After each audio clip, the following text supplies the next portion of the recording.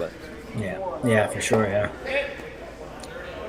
The toughest time I had was a very early on in the year. It was with Anderson, and kind of both of us were sort of pronouncing it Anderson most of the time, or half the time, and we got some people got really riled up with all the messages on the YouTube things like, please pronounce this right.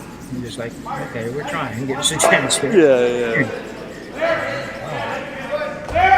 It's tough when you're, in some instances.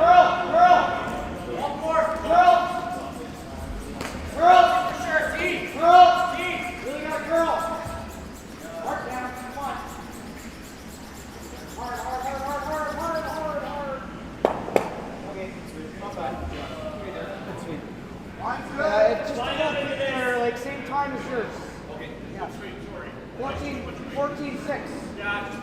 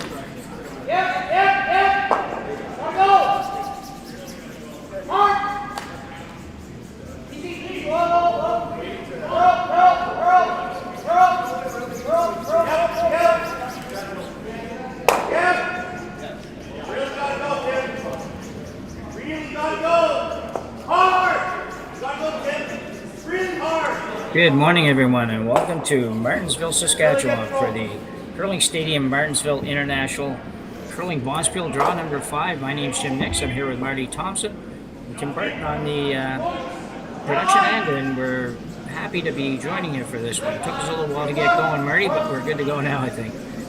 Yeah, we certainly are. It's going to be a really exciting game. Kleiter, I know we watched both of their games earlier on, a win and a loss for this team that's very much kind of that hometown mentality out here in Saskatchewan. Meantime, this team from the Netherlands certainly wants to prove here, going 0-2 to start. Yeah, it should be really exciting. Yeah, we each got to watch a different Kleiter game yesterday, but generally speaking, he likes to play with some rocks and play, and he's really starting to prove himself on at the elite level of curling teams. He had a great Brier, and he might not have been 100% happy with the record, but I saw a few of his games, and I thought he was playing quite well, so nice to see. Yeah, lots of good execution, especially in the late game yesterday against Wesley Windling.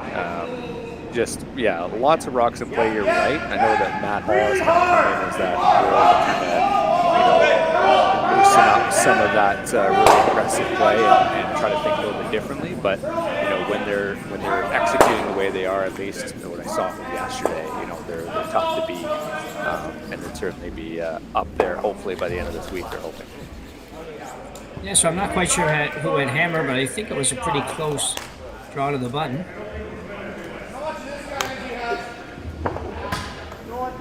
Yeah,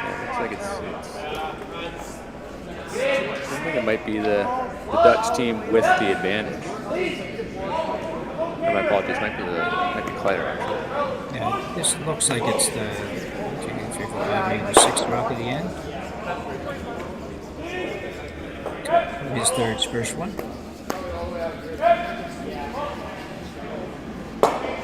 Nice little roll there. So both teams were on the pin, and they had to use the triangulation method, I guess, to decide who had shot rock or who had the closest draw. That's a pretty good effort for this early in the morning. Kleiter already looking at that run. Josh Patrick throwing third string for this team. Yeah, I think this early in the game, this is not a bad shot. It's a fairly short run, and quite ready to get really into it here. Josh, a left-hander. Left-hander's out turn.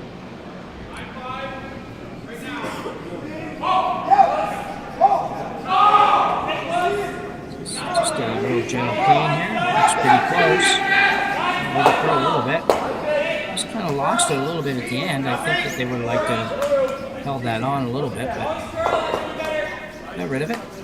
Yeah, obviously, it's tough to tell on streams, but it really looks like there's some good finish on some of these hit weights that these teams have been throwing all weekend.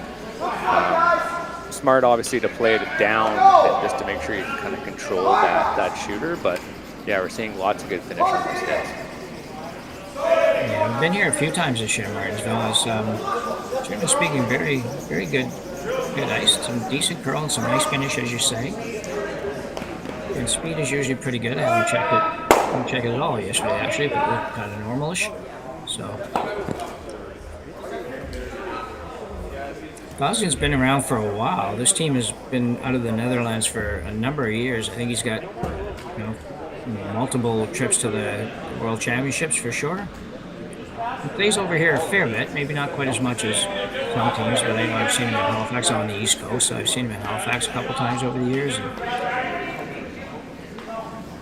Yeah, they went 2-7 at the Euros and actually got relegated to the B division, which is certainly not what they would have envisioned, considering a team that's been to World, as you mentioned, quite a lot. Yeah, that's not a good run at all. I didn't realize that.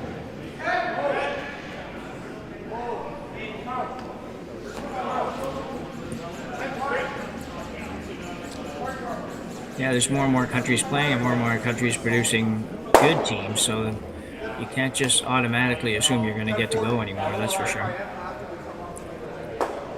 Yeah, especially at the high end of the Euros too, just some of those sort of mid-tier teams really getting just more and more competitive. I mean, Italy is a good example. It used to be kind of that sort of middle of the pack type team, but obviously it's shot up. Norway's a solid team as well, so you really got to watch when you get to that level for sure. Lots of good teams. I guess Kleiter's just trying to kind of play the little chase, eh? Yeah, it just looks funny to the eye here because it looks like it'd be so much easier on the other turn, but it's going to go after it a little bit with some soft weight.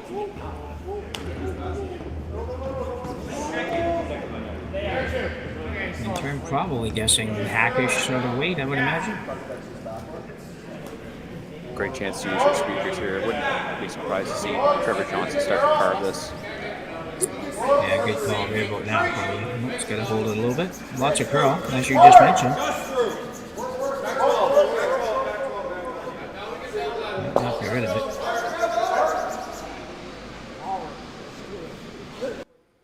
Still a decent shot, but he's still leaving Gosgens sitting shot, I believe, and chance to maybe make it a little bit tougher on Rylan. Yeah, I guess that's an example of that good aggressive play calling where Kleiter wanted to hit and then roll in behind it just based off the sweeping there. It wanted to roll behind the corner guard. Yeah. When in reality, I think you could have come right to the face and just bumped it back. But certainly some aggressive play calling and a really good chance for this Dutch team to take this and look for the force. Looking at this ice, I think it's moving enough inside out. This is a board sheet. So going away towards the board, we'll see. But this looks like decent ice for sure. Yeah, I think if Kleiter had just another 2 feet of weight on that, he would have had a perfect shot. That would have he still would have been shot and behind the guard totally. So good effort. Key here for Gosgens is just get to as much of that yellow rock as they can. Yeah. So Wouter Gosgens now is going to try to remove this on the out turn and try to get it to curl. He's still on the high guard. I'm not sure if he's going to get by, and he will not get by. Looked like he maybe in-outed that a little bit. Yeah, it's obviously, again, hard to tell on stream. I know he had a pretty large extension there. It might have been maybe a calibration on weight, thinking he needed a little bit more based off his kick speed. It is early in the game, but yeah, an unfortunate miss, but a great opportunity here for Team Kleiter to take their 2 to start. Yeah, absolutely. Pretty open hit and stick for 2 in the first end. Can't really beat that. Yeah, you mentioned the extension. It's interesting in curling how the deliveries have changed, and that's a bit of a product of ice conditions and whatnot at the elite levels, and you see a lot of it. You'll see it even with Rylan here. He has at least on draws, I assume he has the same here. It's a very distinct. He's a little smoother, but on his draws, I always find he just looks like he's giving it. It's beyond what we would have considered to be an extension just a few years ago, I guess. Mm-hmm. Working this one hard, probably going to be okay. He's got to come up a hair more, and he'll be fine. The houses aren't crazy lively here, but they're okay. So a big deuce for Kleiter in the first end, and he will take a 2-0 lead to end number 2 when we come back from the break. Handcrafted in Canada, Hardline's Ice Pad has revolutionized curling for over a decade. Engineered with top-tier precision and durability, it is backed by an unmatched 10-year warranty. Designed for curlers at all levels to sweep effortlessly with maximum efficiency, it is trusted by the world's best curlers, including Olympic and world champions. It is quite simply the best broom in the game. Hardline, join the revolution. Saskatchewan, you know SaskTel because we're everywhere. Because being everywhere keeps us connected to you. With SaskTel sponsorships, we get to be part of your community.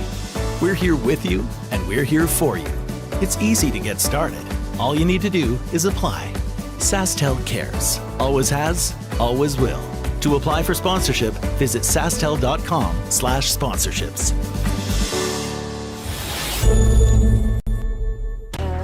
The people have spoken, the votes are in, and the players are ready to rock.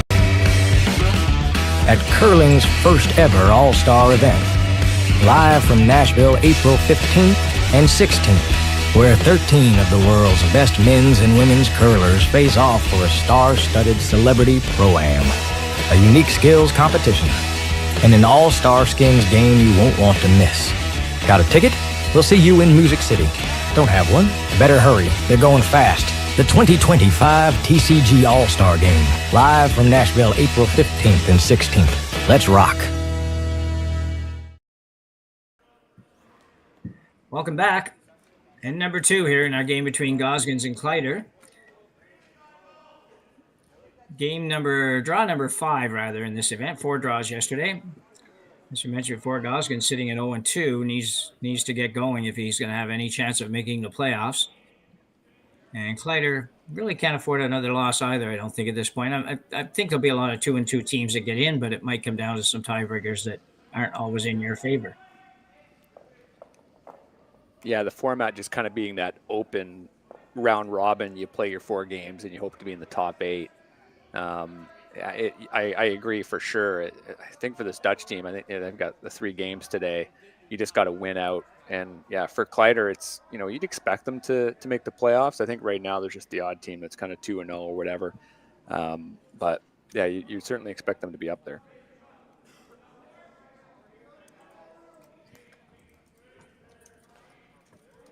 So that first end, Marty, just kind of ended with a deuce. It didn't really look like it was going to develop into a 2 for sure, but just one little miss at this level usually makes you pay. Yeah, I'm sure Gosgens will be kicking himself over that hit for sure. But again, I think in that instance, we saw what kind of weight they were trying to throw.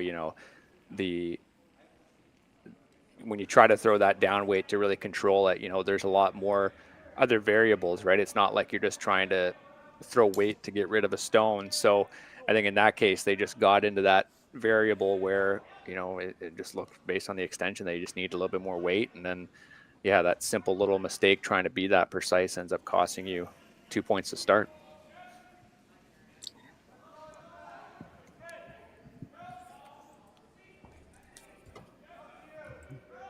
So Gosgens with hammer. You can come around the corner. You guys are sweeping this.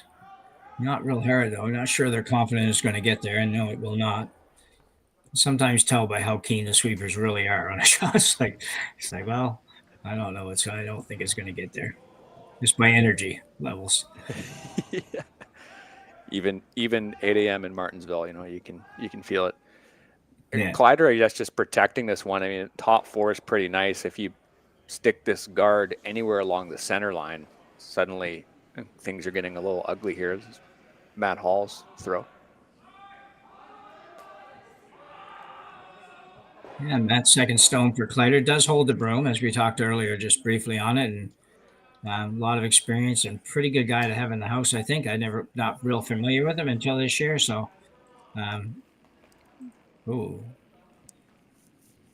okay, let's sneak it over. Yeah, he's kind of that. I think listen to the Briar broadcast. I think it was quoted as kind of being that big brother figure, so to speak, on this team, where he's maybe only just slightly older than these guys, but adds a little bit more of that experience. And when you have a young team in the sport that you want to prop up, sometimes it's adding that little bit of veteran leadership or something else different to really take the team to the next level, which they obviously have this year. Yep. Trying to make the double peel here. He'll get one of them. So Kleiter sitting with a rock, biting the top of the button. Love the logo. I always thought that was a neat logo here. The brewing company. But, yeah, Kleiter in pretty good shape here right now, early in this end.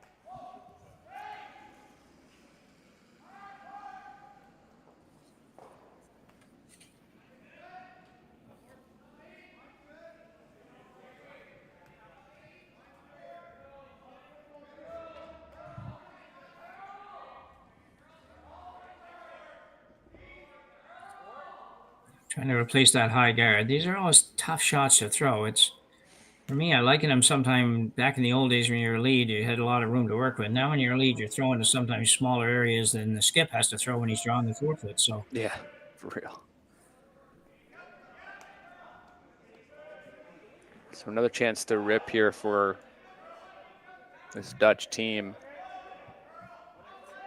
certainly lined up, and if you ever made this, you know, you could have a real bundle of corner guards to utilize. Absolutely.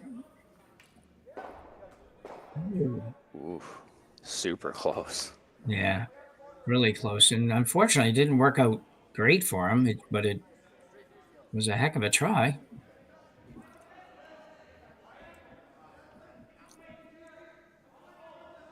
I would think you'd want to just duck right into the top of the 8-foot area, wouldn't you? I would. That's what I would do, anyways. Just add a little bit more pressure.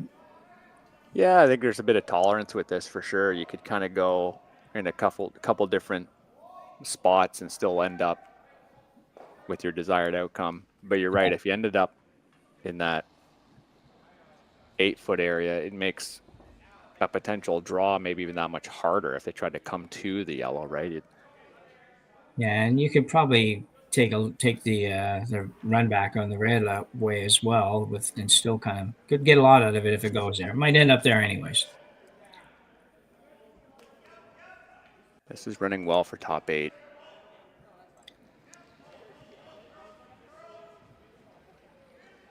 Over curled a little bit on them. I mean, the chase is still obviously quite difficult, but it certainly, if that was the last shot here for Gosgens, it's certainly difficult. There's just, you got to be wary of that high guard, right? That it's so high at this point that you can come around relatively easily, as we just saw with that stone. So yeah, I agree. I think back that rock up another rock or rock and a half or something, and just split the center line is pretty darn good. But it's not bad where it is, but it's.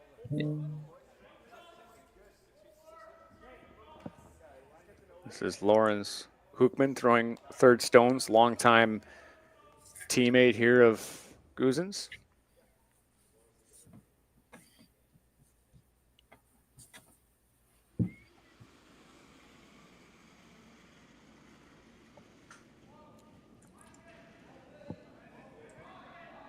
Looking for the little soft hitting, maybe roll behind the corner, although that's quite a roll.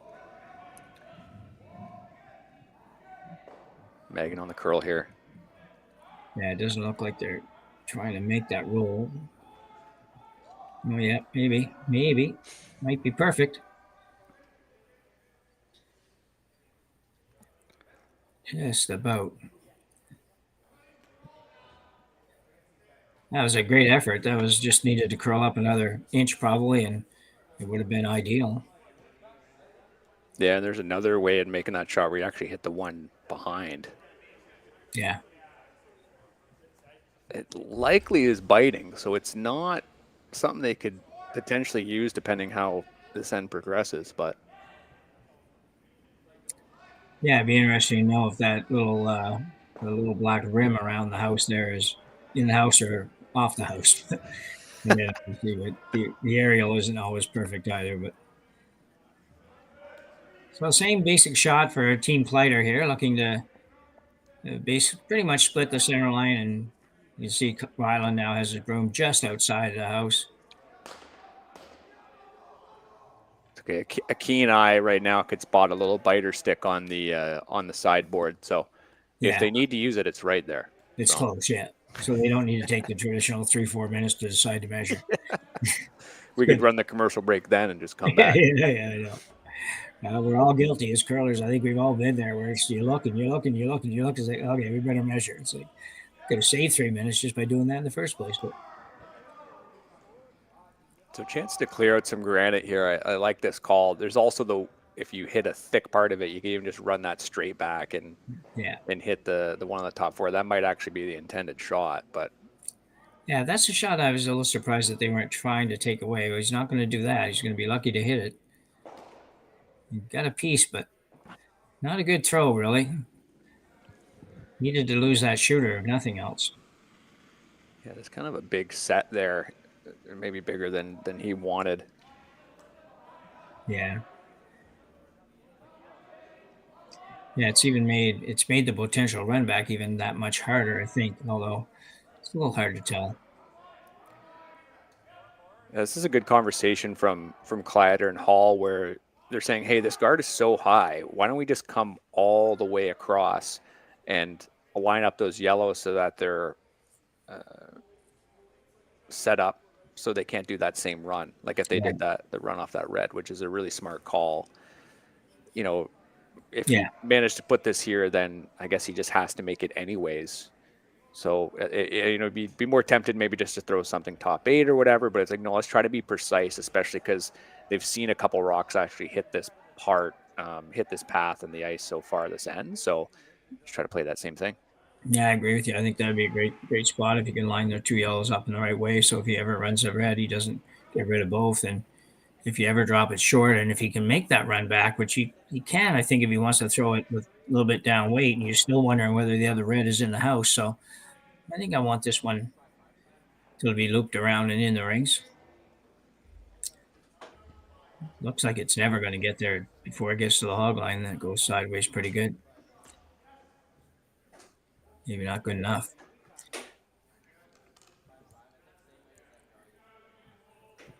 Well, he's got a second rock in the house, but Rylan won't be real happy with that shot, I don't think. Yeah, overthrown. I mean, not the worst time for a miss, considering that this is the rock that Gosgens has to chase anyways. But yeah, you're right. I think if he puts that rock in the right spot, I think he's in the money for a steal. Yeah. So Wouter now will look at made a little freeze bump in this shot, I think. I don't think he's necessarily too worried about removing it. He just wants to make sure he gets his own there. Maybe even gets a little bit of an inside flop. Wouldn't be terrible. With this ice, I'm not sure exactly what kind of weight they want to throw. It is actually quite tight. If they were throwing a back 4 or something, it wouldn't surprise me if this is going to punch it back. Yeah. But you're right. You'd almost, you'd be tempted to try to throw like a back 4 and just get to the face and see if you can't be shot buried. But yeah, he just has the ice there that's a little bit hard to tell for sure what he's going to throw. Alex Mangan on the call, just calling it wide right away. Yeah. It's a great sweeping effort on that shot, I'll tell you, but all for naught. But great try. I just think I think he had ice that was very, very difficult. It was sort of that in-between weight. I would like to have seen either a little less if he's going to throw it that hard, or a little more if he's going to play the shot that we were talking about, where I think that's a better shot. I think going at that with that much weight was not really the plan. Sometimes you don't throw what you think you're going to throw either, I guess, is the other part.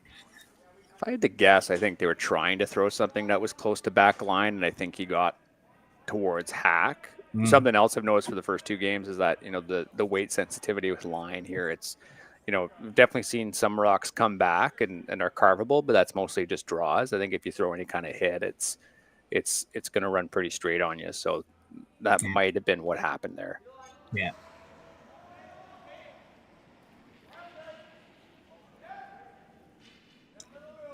Gosgens in some definite trouble here. It'd be hard pressed to score. He might have to make a cold draw right to the button to score here. Depending on where Rylan goes with this. This looks tighter, and they're pretty smart to try to carve here, and carving for distance too. Great spot. Yeah, it's a very good shot. Not much choice now.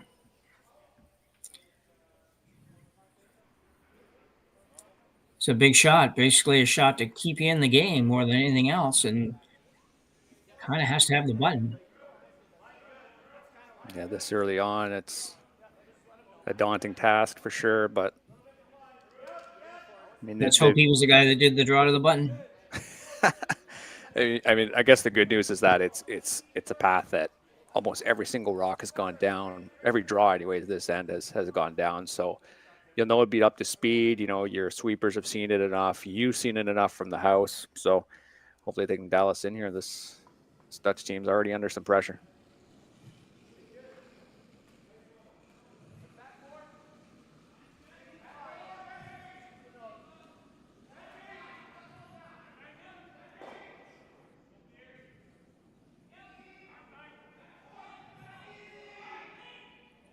A lot of pressure on the sweepers on a shot like this as well.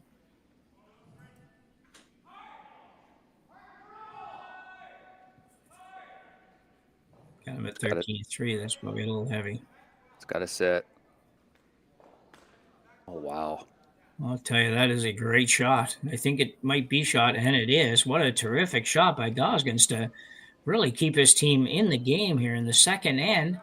And they will pick up a single and now trail Rylan Kleiter by a score of 2-1 after 2 ends. We'll be back in just a minute.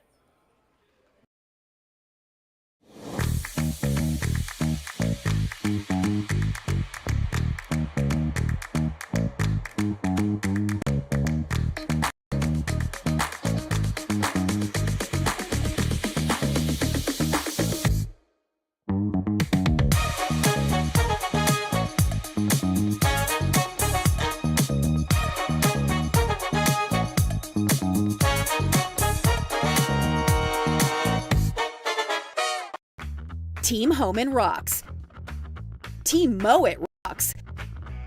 But who rocks harder? On April 7th, we'll find out. Presented by Rio Mare, join us in Toronto at the Curling Group's first ever Battle of the Sexes, as world number 1 Team Homan takes on world number 1 Team Mowat in a head-to-head charity curling skins game with a twist.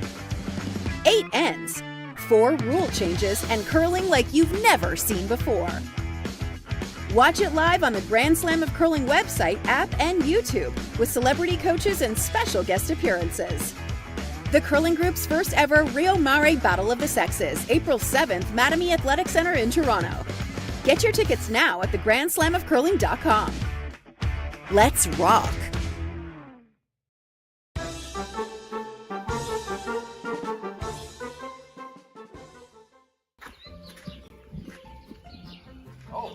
Looks like they left the stage.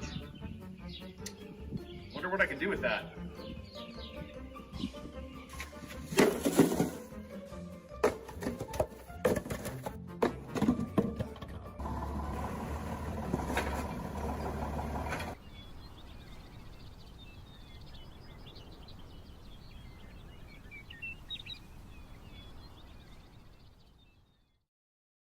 I don't know if we have a replay or not. So welcome back. We're thanks to a great shot here by Gosgens in the last end. And Marty, tell us how he made that one. Well, it went a little wider, I think, than I expected.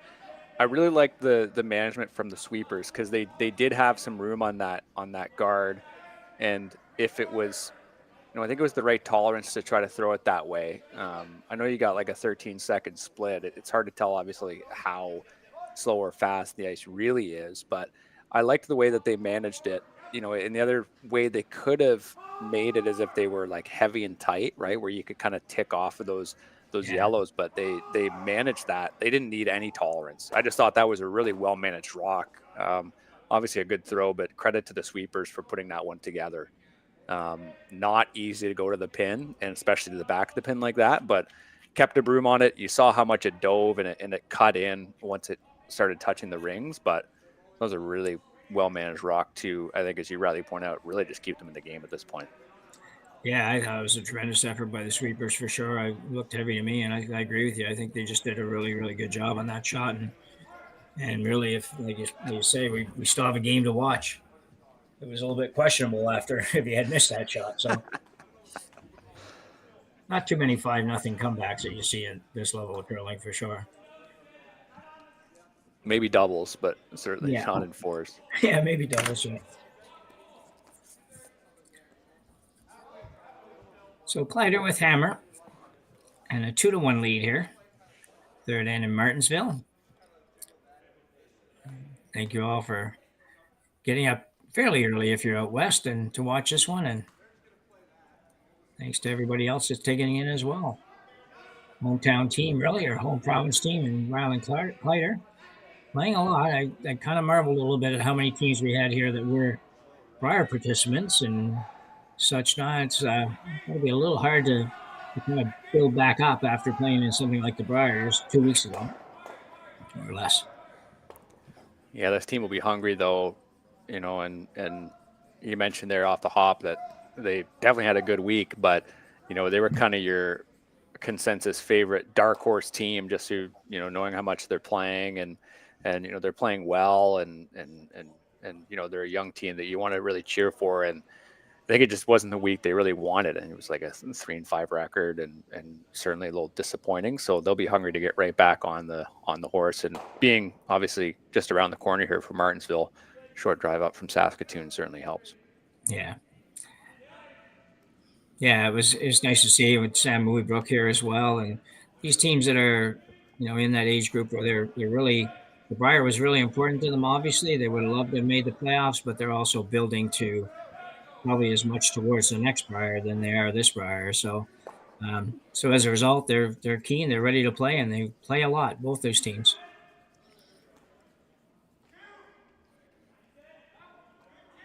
And proving a little bit that Skips can actually sweep a little bit.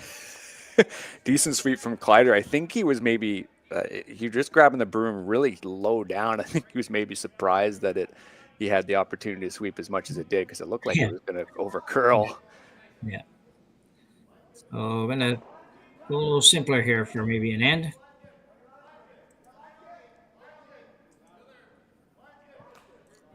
A discussion on that shot for just an open field. I don't know what they're talking about, but anyway, it was made perfect.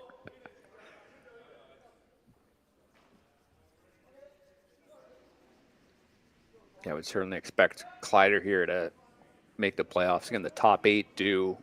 I think those 2 American teams, and Chase Sinet and Corey Dropkin at 2-0. Scott Howard, Bruce Corte, Dustin Kaltoff, another two local teams there, also at 2-0. So setting themselves up well for a playoff push. So I don't know. Maybe Marty. Is it as far as tiebreakers, not necessarily games as such, but how are they? Obviously, head-to-head's usually the first one, but that doesn't work if you have more than 2 teams quite often. So, what is the plan for deciding those teams that might be tied at the end? Good question. Okay. Sorry about that. No. It is interesting when it's an open sort of 16-team standing like that. Yeah. I guess head to head would be ideal, but you're right. I know they're doing last stone draw, so it wouldn't surprise me in a spiel like this to try to utilize that as much as you can. And as much as I know that players aren't too happy about it, and I've certainly lost out on some playoffs I deserve to be in because of last stone draws, but sometimes it just is the thing you need to use. So I'd imagine a combination of those two would be what you'd need. Yeah, especially like you say, when you don't play anybody. We had a situation in a junior provincial last week where the team that I was filling in as a coach, because the dad was a coach and he was sick last week. Everybody in Nova Scotia had been sick this year, I think, but we had a situation where we were tied.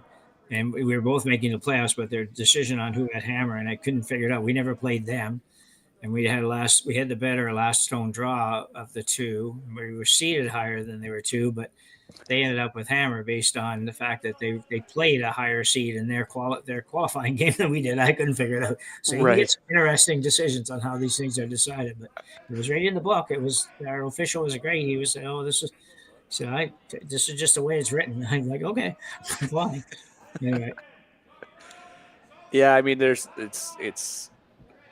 a sport filled with different formats and different. There really is no consensus choice, and that's good and bad. It played a doubles event last year where we lost it in the playoffs from 3/4 of an inch over 4 draws to the button. Right, we were 2-1 and didn't make the playoffs off of that measure. So it's like, is that fair? Not necessarily, and I would never. I'd never debate that, but at the same time, there's all of these different decisions that need to be made in this odd turn-based sport that sometimes you just need to use things like you said, like higher ranking or whatever.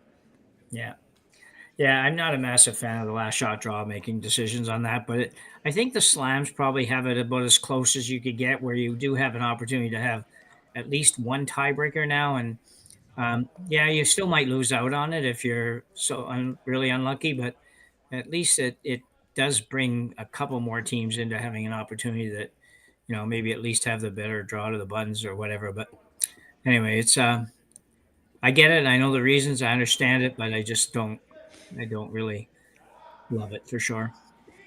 Well, and then there's the the whole idea with like the triple knockout is something that the sport has always had, Yeah. and and the slams have moved towards that. But the point that I've brought up is it's like, well, if we have fans of these teams in wherever, let's say, Yeah. it's nice to have a schedule ahead of time, right? Yeah. To know when they're playing, like so I Oh, can watch. I So think, go ahead. Sorry. Go ahead. no, I'm just saying that's another concession you make, right? As much as it's good for the players, like as a fan of, let's say, a team, which I know is not necessarily too standard here in North America, but certainly abroad it is. Yeah. You want to be able to give people the opportunity to at least watch. No, I think you're bang on. We hosted. I chaired a couple slams here. We hosted two slams here in Little Pictou County in 19 and 24, but we or 23, but we probably wouldn't have done it if we were going to be a triple, because the marketing of the draw and the draw times is crucial for us. I mean, Yeah. we're not in Brad Gushu province, but we're in Brad Gushu territory. Not most areas are, but we'll almost fill our stadium for even round robin games with Gushu in them, where in a triple knockout, when you don't know when he's going to play or anything like that, it's just difficult, and that goes for much more than just his team. So I think just marketing the event itself is so much easier if you know what the games are going to be and easier to do, and more people bums and seats. So that's what it's all about most of the time. And yeah, I like that. I like that factor. The triple is just tough if you're a fan at all, and everybody's a fan of somebody. So You're in the greater Gushu area, so you gotta be Yeah. you gotta be careful, the Gushu fans. yeah, you're right.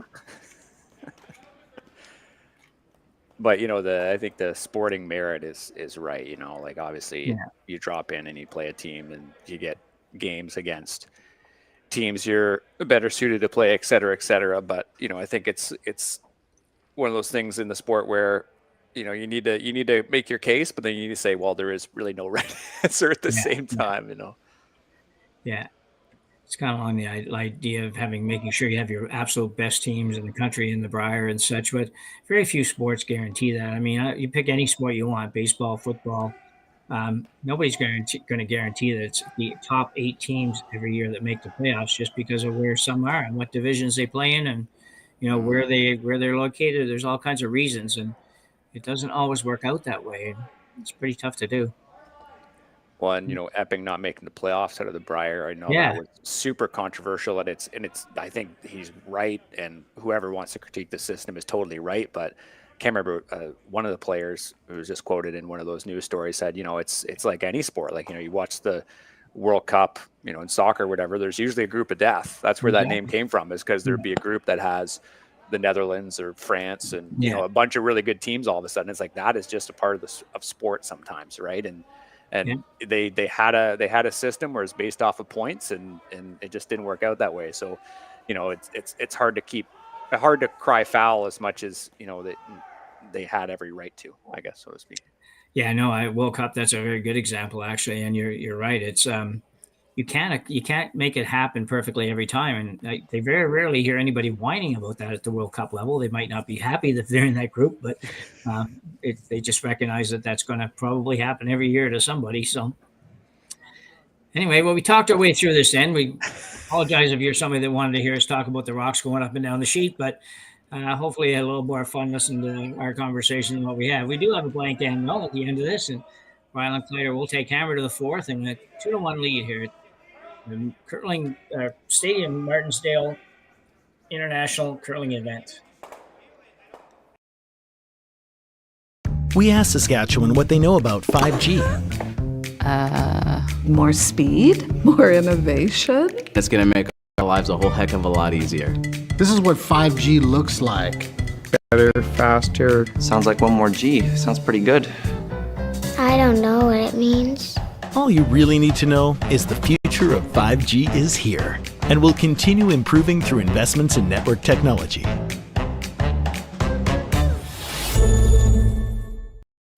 I don't remember a time when curling wasn't a part of my life. When I wasn't putting in the sweat and hard work to be the best that I can be. Clocking in the time, the effort to practice day in, day out.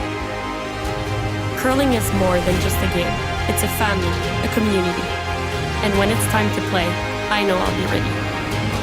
Hardline, supporting hundreds of our next generation athletes. Welcome to the RockShop.net, the official store for the Grand Slam of curling. Whether you're looking for the best hats, stylish clothing, fun toys, or unique accessories, the Rock Shop has it all. Shop online anytime at therockshop.net for exclusive Grand Slam of curling gear, or come see us in person at your next event. Therockshop.net, where fans find their favorite curling gear. Stronger agronomics, better returns, greater peace of mind. From pre-seed to post-harvest, you can count on the Victory Canola program to keep you and your farm ahead of the curve. Grow with us at victorycanola.com. They're almost all volunteer, and we'll finish that next end. So we're back for the fourth end here at the Curling Stadium, Martensville International Bondsville in Martensville, Saskatchewan. We've been here before, great little spot, and they do a wonderful job with their events, and they have great ice conditions and everything you want to put on a bonspiel. Lots of good competition, lots of good competition locally. They don't have to go very far even to find a lot of good teams. So we have a good one here with Saskatchewan native and from just up the road, and Rylan Kleiter holding a 2-1 lead after 3. Marty, pretty open end the last end. I don't know if that'll drag on too long. What do you think? Yeah, I mean, well, we've got the center. If they were able to meld this on, I think it would tell a story, but they're going to bounce slightly. That's Alex Mangan throwing lead stones for this Dutch team. Yeah, for Team Kleiter, yeah, I mean, you're showing how much it's going to curl because they want to come around to the face, and they're going to come on the other side. I mean, maybe they're just going to hit. Never mind, they're going to just take that out. With bumper weight, yeah, it should shape up. I mean, it wouldn't surprise me. Kleiter will definitely take one blank, but something tells me that there's this, they know the momentum's on their side. You don't want to give this Gosgens team a chance to figure out the ice or anything. I thought one thing that they did really well yesterday, especially, was just read the ice. They had these hits down perfect. You want to sort of keep riding that momentum as much as you can. Yeah. So a good little hit, just a lightweight hit there for Kleiter foursome.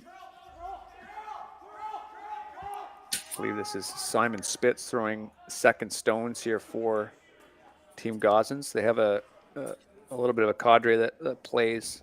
I think Tobias Vanderherk is the one who didn't make the trip out.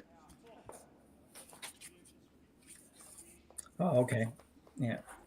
I'd imagine there's no direct flight from Amsterdam to Martensville, but I could be wrong. No, probably not.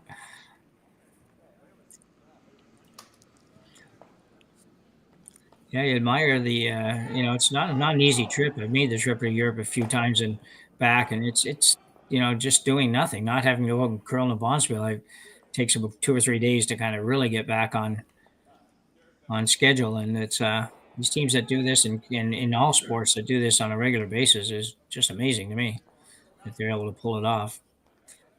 Really nice shot there from Simon.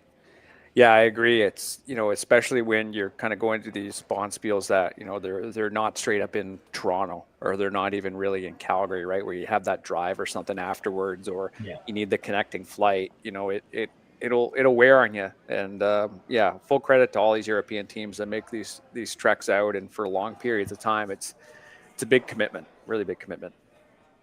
Yeah. Going to Sault Ste. Marie in a couple of weeks for the Canadian Masters, and it's coaching actually my sister's senior women's Masters team, and we're flying to Toronto, and then we're actually driving from Toronto to Sault Ste. Marie. I don't know who's making these decisions exactly, but 7-hour drive from Toronto to Sault Ste. Marie. But so I'm sure there's a way we could have flown to there, but I don't know. It probably just didn't work out financially or something. I don't know. Whatever the reasons are. It'll be fun. I've never driven to them. Never lived in Ontario for a lot of years and never really went to that part of the country. So it's going to be interesting. It's beautiful up there for sure. I know that there's like local flights to the Sioux from Toronto Island. So if you would fly into Pearson, where you'd almost need to go downtown and take the island. So Yeah. it makes more sense just to hop in your car and drive. It just. I think they're thinking too, we probably need a vehicle when we get there. I think they are providing transportation, but it's always nice, especially if you're playing something, you have a lot of free time to be able to get yourself around, I guess. So anyway, we'll see what happens, and hopefully everybody will be good and refreshed. We're going a day early, so nice. At 60 years old plus, you always need a couple of extra days to get ready. Absolutely. I think Kleiter's just instructing Matt Hall just to hit this redstone and then roll and give them a corner, I think. Yeah, that would be a call that you'd expect to see a lot of times here now. It's almost close enough that it might roll into the rings, but you don't necessarily want it to roll in the rings, but it might be what happens. It is really gentle. That's very nicely done. It's a really good weight too, like really controllable. Yeah, just something that you can just feel the momentum already change in the end. I mean, they have this double attempt, but it's got to be awfully precise. It looks pretty steep too. Yeah, I think it's probably going to be a roll to the close to the other rock versus that. But yeah, because I agree, it looks quite steep without throwing an absolute rocket at it.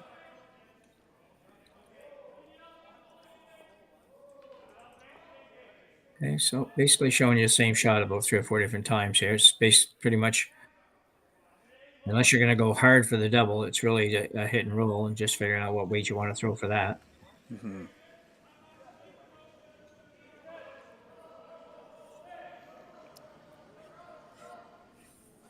Lawrence Hookman throwing a third stone to this team, but Alex Mangan's the one in the house at or skip stones.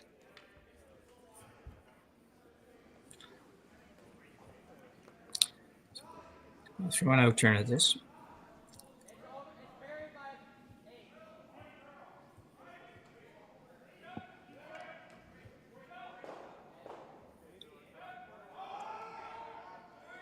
It's curling on them. I was going to say, this one's curling pretty hard right now.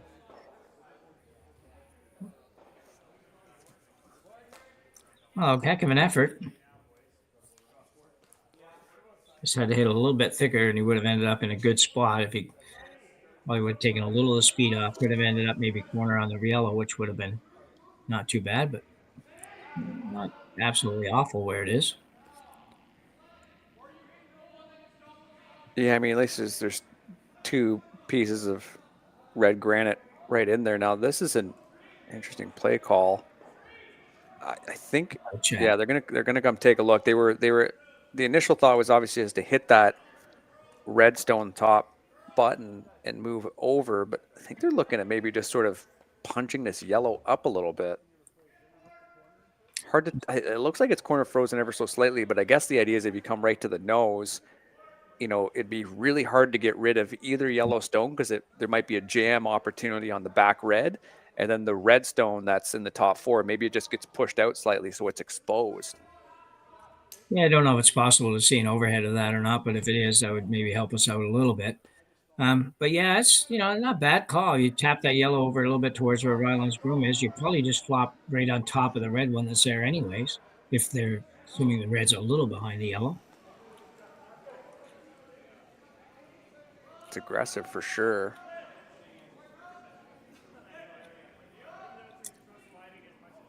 I don't know if that's what he's playing though. It looks like I gotta believe you need a little more ice than that if you're trying to actually just make the tap.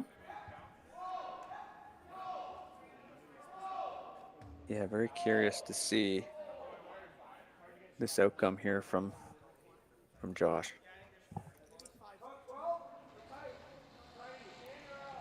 It's a big weight for sure. He's showing some weight.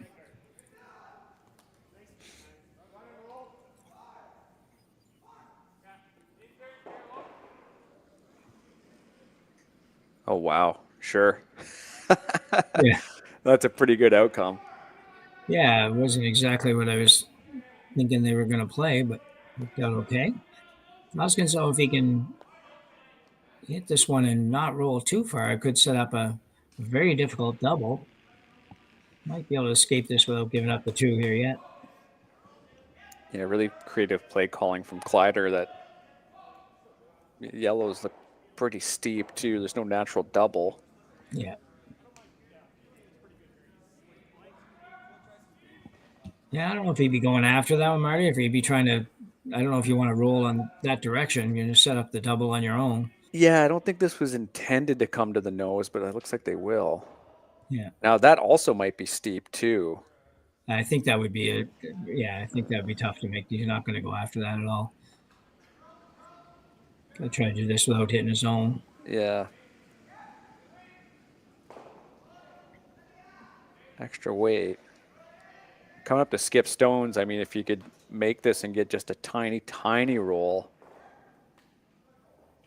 Yeah.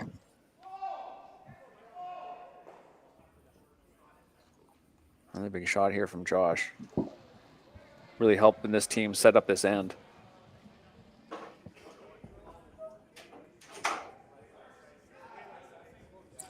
He's overthrowing. Might get it the thin way. Well, it was closer than I thought it was going to be, actually. I thought he was closer to being on that back one, but. Well, Gosgens going to need a roll here to try to prevent the double and possible blank.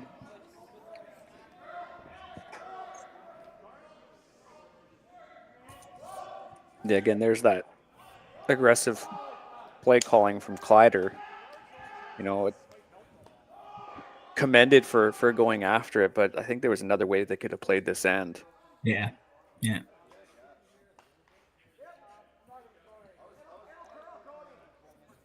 Yeah, he was in a position to look pretty seriously at getting two versus just blanking this end. It's not necessarily an end that you're looking to blank anyways, fourth, but he's might get forced to one here in a minute.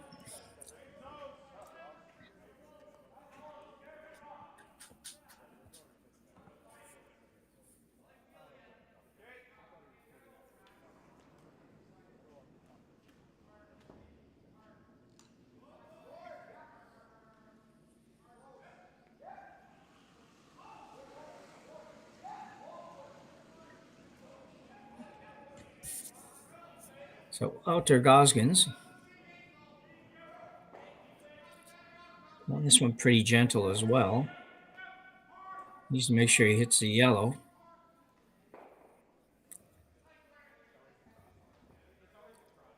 Very nice shot. Oh, he's not going to stay. Oh, he did stay. Okay. And that went a long way. I didn't think that would go that far. The houses, I don't find the houses to be especially fast here, but Rylan managed to get that one almost out. Yeah, a bit of a lifeline here for Kleiter if you can get a big long roll. Deuce is possible.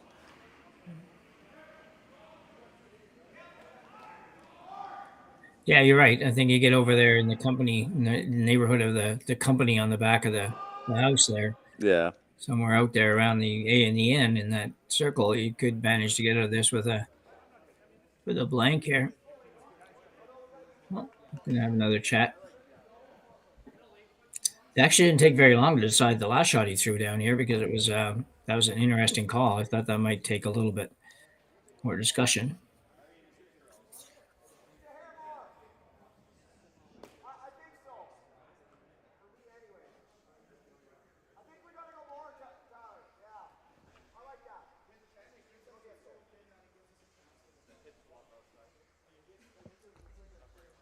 I'm not sure if they're trying to hit the double, go for the blank, like set up the blank, or if they're, or maybe weight was the discussion. I think this line's a little tighter, if I'm not mistaken.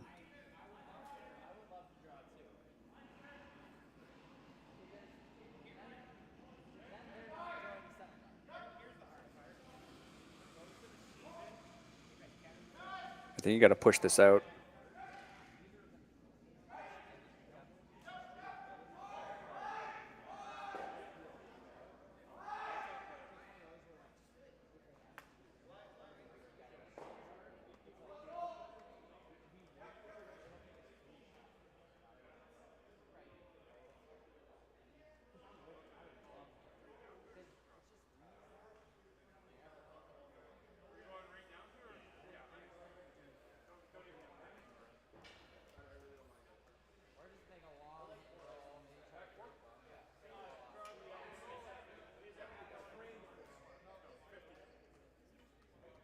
Good chance to force here depending on where you get the roll.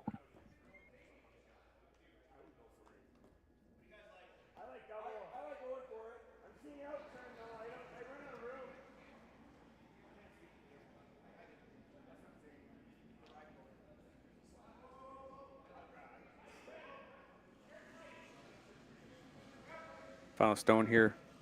Gosgens in the fourth end.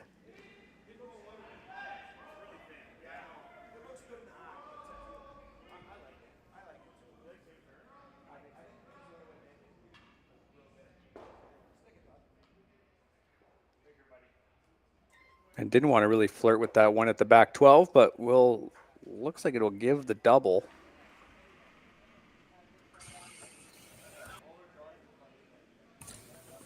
Whoops. Yeah, I think it's tough though to make the double and blank. I think it looks tough to me, anyways. Yeah, maybe just try to aim somewhere in that neighborhood. If you jam, then you score your one. But yeah, a 2-1 lead right now, so you don't want to flirt with giving up a silly sort of steal, if you will.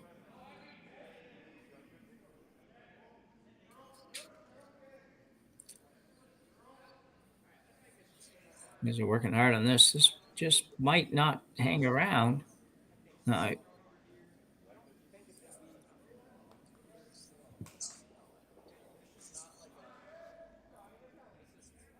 Didn't actually see where that ended. I think it just ended up right at the edge of the 8. So I think Kleiter scores 1. So handcrafted in Canada, Hardlines Ice Pad has revolutionized curling for over a decade. Engineered with top-tier precision and durability, it is backed by an unmatched 10-year warranty. Designed for curlers at all levels to sweep effortlessly with maximum efficiency, it is trusted by the world's best curlers, including Olympic and world champions. It is quite simply the best broom in the game. Hardline. Join the revolution. SaskTel Be Kind Online wants to stop cyberbullying. Want in on the action? We award up to $1,000 for youth initiatives that help spread kindness and prevent bullying. What great idea do you have to help stop bullying? SaskTel can help. Go to BeKindOnline.com and apply for a grant today. Together, we can make a difference. For over 20 years, the Sandra Schmirler Foundation has granted more than $9 million to hospitals across Canada for life-saving equipment for premature and critically ill babies. In the past 4 years alone, $4 million has been granted thanks to the curling community's incredible generosity. The need continues year-round, and with your help, we can ensure every baby has the chance to grow up and become a champion, just like Sandra.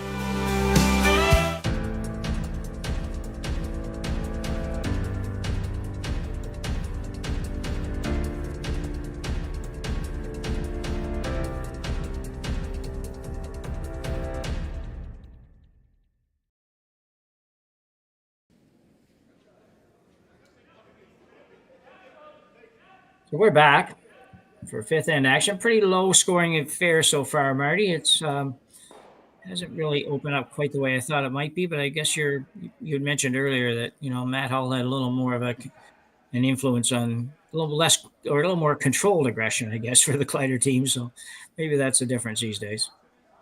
Yeah, I mean the play calling in that end was quite aggressive, and they were really tempting this Dutch team to get a miss, really, and they didn't get one. I mean, I think, there was a different way they could have played that end where, they didn't need to do that little tap up. I thought the hit that I think Josh's first, where they threw a lot of weight and it kind of made that little jam at the back, that was quite creative. But yeah, I mean, maybe just a little bit back to basics here. Wouldn't surprise me. I mean, this is a team that has really put pressure on with the center guards and have set themselves up really well. I think the lead has been fantastic today. Wouldn't surprise me if a steal is on. Yeah. So Gosgens will go to the wings behind the corner guard. Set the box, kind of as I like to call it. It's see it quite often. Pretty regular strategy with the the competitive teams around the country and around the world just kind of throw the one to the 4 foot, throw the corner, throw a guard, draw around the corner, and then figure it out from there.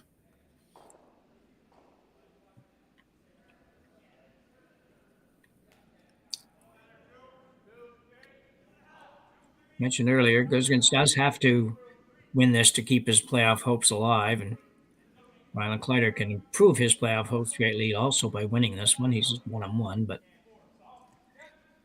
he's working hard on this. Don't know if they can sneak it by. He's going to be a little light, I think. Had a few of those today for the Dutch team. Yeah, just a bit light for Megan again. Makes it hard. It's a different game when your lead is on or when he's not on or she's not on. It's if they're playing well, I liken it a little bit to, they often say about referees and umpires or whatever, you don't notice them if they're doing a good job. And it's kind of the same with front ends and particularly leads now. You just don't really notice them too much when they're playing really well, but when they're a little bit off, it's a struggle. And something for Alex too, that second stone has been light now, I think twice. Yeah, at least twice. Yeah, so just something also to keep, it could be one of those things too, when you're a lead, I find it's actually quite easy to calibrate your rocks. You're throwing something similar, so it's easy to find. So it might be something to watch out for later on in the game. Yeah. The lead gets a traditional dumping ground as well. If you're good enough to figure it out, you know that he or she's not going to have great rocks. if there are rock issues, quite often there's not. I'm not sure there are here. I know our club has really no issues with rocks, so it doesn't much matter. So and the lead always has to say yes. The lead has to always accept the rocks, no matter what. So run back here now. Ooh, looked like we saw that. Almost saw that same shot a couple of minutes ago. It was great shot. Got rid of a bunch of stuff. Yeah, Simon Spitz has been really close on those run backs. Really, really close. They've found the ice, I think, down the middle of the sheet.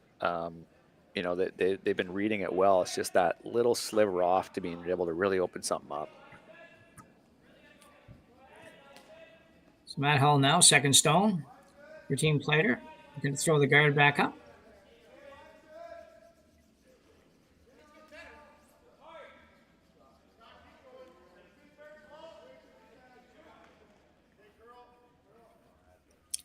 This one's going to be okay. Away by Matt.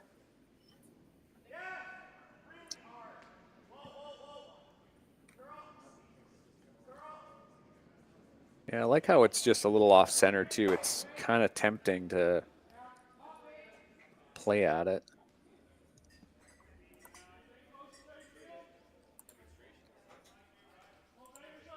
If you do play the straight peel, it's possible that it could catch on that corner guard. Yeah. Yeah, you really got to be mindful of that.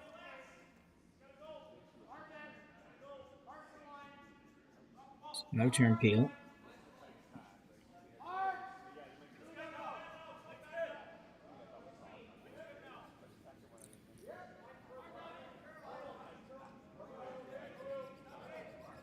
Tough part about this, I find, is that you really, if you're going to keep going with that peel and you're not going to play the double peel, you're going to have to make the run back somewhere, because that red rock being out there makes this drawing of this guard quite a bit easier. It doesn't have to be perfect all the time. So you've got a little bit of wheel room and give these teams a little bit of room to work with. And it's going to be pretty hard to get a real total miss here that allows you to get that shot rock. Mm-hmm. Something to watch too on the outer inside this port. That's a really high guard. It's definitely manageable. Mm-hmm. Just seeing Gosgens draw to the pin there in the second end. Just knowing how it kind of took a little bit of a wider path to get right out there, because you kind of can't tick off that yellow top four stone if you were going to draw to the pin if you needed to. So another thing to watch for sure. Yeah. Now, if that one close enough, if that one close enough, you can probably get rid of both of these here, which would make this a much better situation at least. Yeah. I'd throw this one good, though. They had an opportunity a couple hands ago to clean up like this, and they just didn't make it. So Need to make this one. Gosgens likely, again, happy just to blank this because you get the hammer in 6 and 8. So, yeah.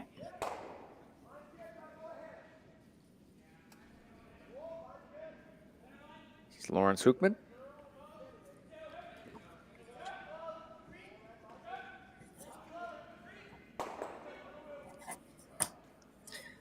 Well, same problem, not quite as bad, but same problem. You gotta be able to make that and get rid of all of them. I think it's including your shooter.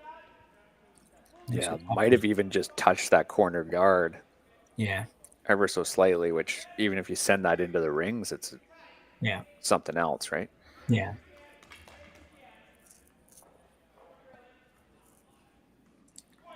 So the lefty, Josh Matter. Yeah, has to put the guard up once again.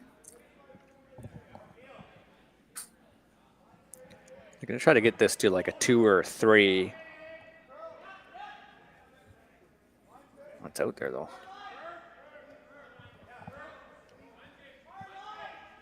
So a real quick definition, Marty, for probably any of the fans we might have here that don't know what you mean by that.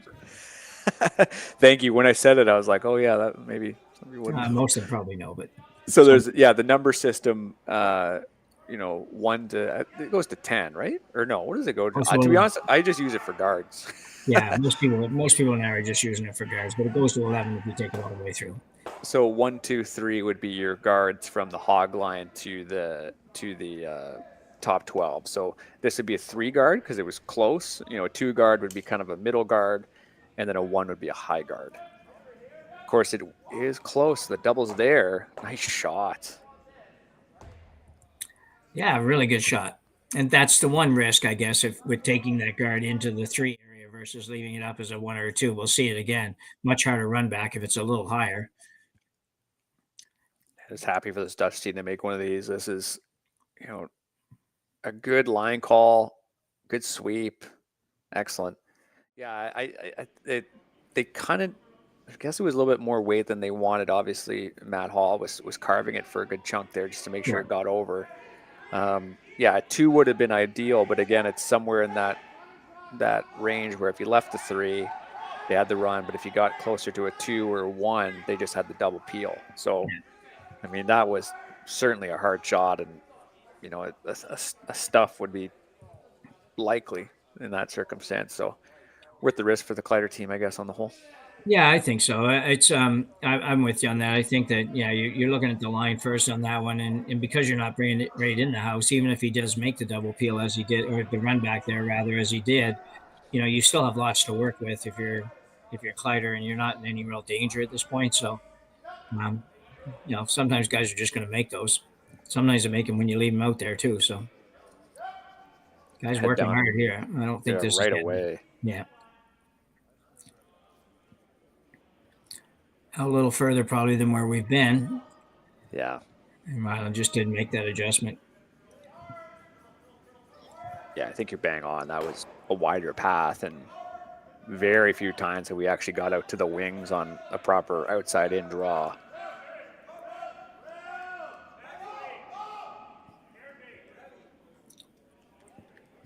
Interesting. Not really taking much different for ice, I don't think. I don't remember where Rylan was, but I might have been a little tighter than that. Yeah, I guess Rylan's draw didn't really come up a ton. No, it didn't go far enough to come up. Yeah. Yeah, you definitely have some tolerance in where this rock ends up in the rings.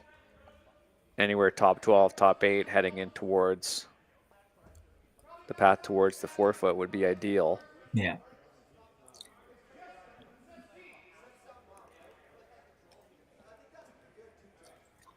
Great opportunity for this team to capitalize on, for sure. Yeah. And why wouldn't he think about coming right through the port and burying behind the one, say, above the hill in Churchill there?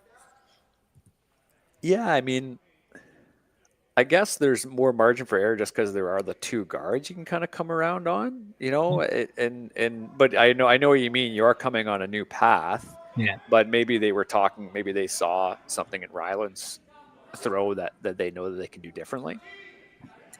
Yeah, I mean, I like the shot with hammer better than probably going around the other one too. It's just thinking that if you did go in there, it wouldn't be bad. But again, if you slide a little tiny bit deeper, leave it a little bit open, you could end up all of a sudden with a very difficult shot on your last one. So, So the sweepers, I think they anticipated the slower path and were sweeping it quite often, which was, or quite early, which was, I think, the right idea, but could have got off a little earlier. Also, because they were keeping it out too. Yeah, they're pushing that rock out. It kind of gave Team Kleiter some backing too. No, for sure, yeah.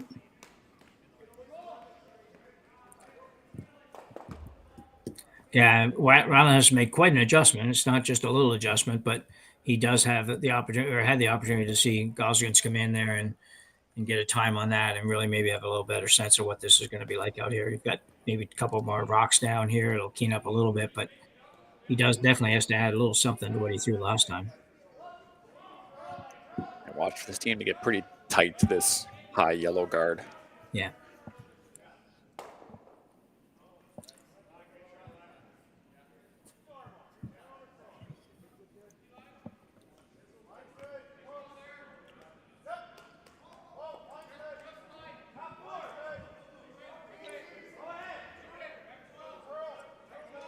I say this one's going to have to curl a bit. I don't know if he's going to get there. Doesn't look like it. So a great opportunity for our team from the Netherlands, with a chance to draw for two here in the fifth and tie this up. Yeah, that's a difficult miss for Rylan. I know, just trying to make that adjustment and maybe getting fooled by that path a bit. Yeah, that's a disappointing miss, because the shame is that the tolerance is on the light side. Because even if they take away that draw path, like you said, they'll have to sort of come through the center for their two. So, yeah, certainly an unfortunate miss.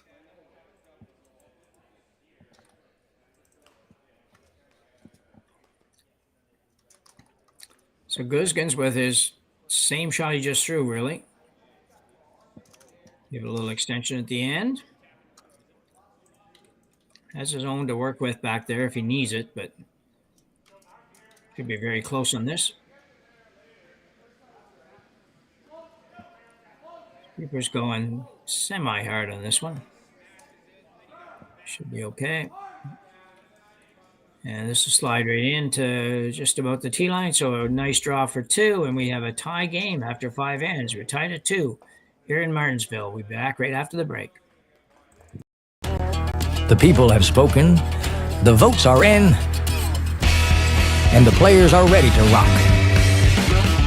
At curling's first ever all-star event, live from Nashville, April 15th and 16th, where 13 of the world's best men's and women's curlers face off for a star-studded celebrity pro-am, a unique skills competition, and an all-star skins game you won't want to miss.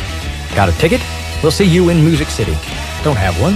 Better hurry. They're going fast. The 2025 TCG All-Star Game, live from Nashville, April 15th and 16th. Let's rock.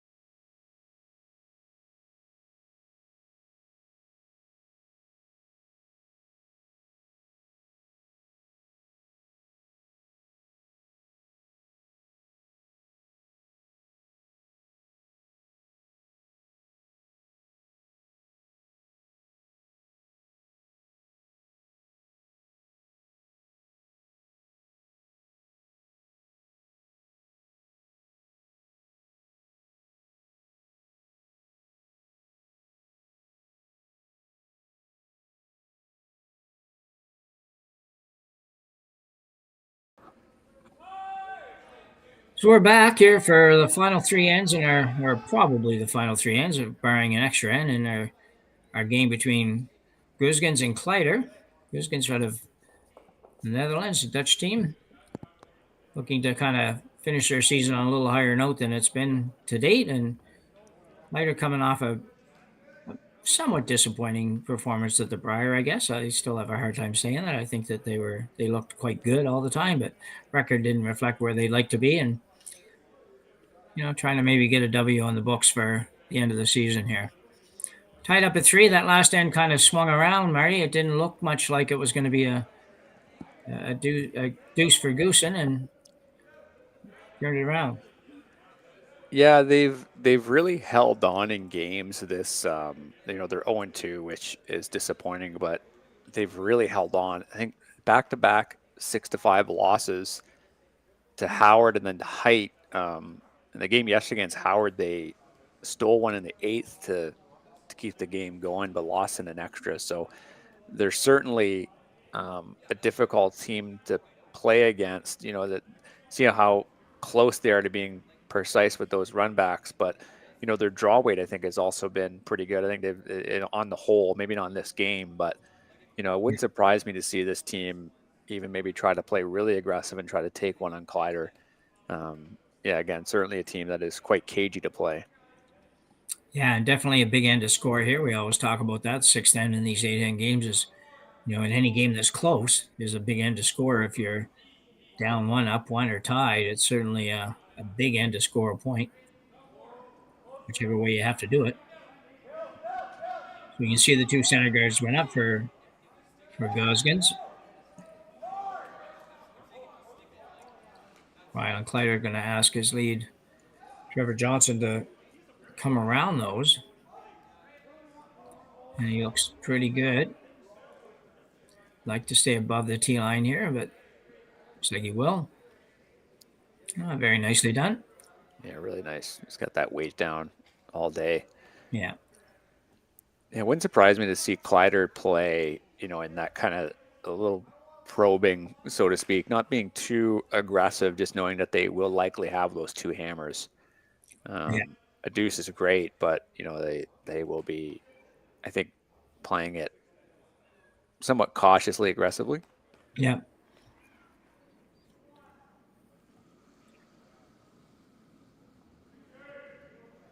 Just a quick look at the other games happening here, and you can watch all these on Curling Stadium, Curling Zone's YouTube channel. We've got Braden Calvert and Drew Height. Braden Calvert up 5-0, 3 straight steals of 1. Meantime, Jordan McDonald is up 3, or my apologies, now tied 3-3. Shea Sinnott with 2 steals back-to-back as well. And we have Scott Howard up 5-2 over Wesley Wendling. That's entering the 6th end. First 2 are just into the 5th. Yeah, Wendling. Where is Wendling? One of the teams out of the U.S., or are they from around out here somewhere? Yeah, they're just calling the game yesterday. It's a bit of a hodgepodge. I think Wendling himself is originally from Wisconsin, but now lives in Minnesota. And then the other 3 players are from Pennsylvania, Cape Cod. They're in Massachusetts. They're out on the East Coast. So just that the U.S. junior teams can just be so disparate like that. Yeah. So Kleiter opting to clean things up a little bit here. He'll try to make a peel. That's the top one. Doesn't get the back one. Gosgens had tried to come around that and came up just a little bit short. Yeah, that was super close.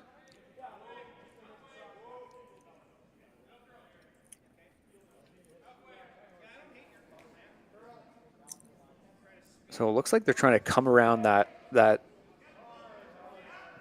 3 or that 2 guard and just try to freeze on that Yellowstone. Okay. I thought at first they might be looking at throwing a guard up here, a little higher guard up here, but I'm not sure. He just kind of intimated that they wanted it right there, but maybe it is the guard. It just based off of the broom that Gosgens had down. Oh, maybe it is the guard. You're right.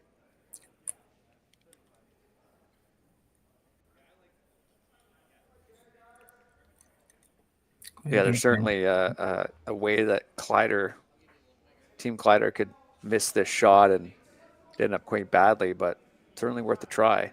They were awfully close to even tripling. Yeah. Matt Hull will try to bring some weight with this one.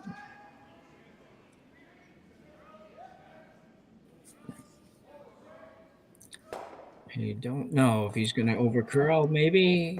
No, not bad. Leaves the shooter, but the shooter's not bad for Kleiter. He doesn't have hammer in this end.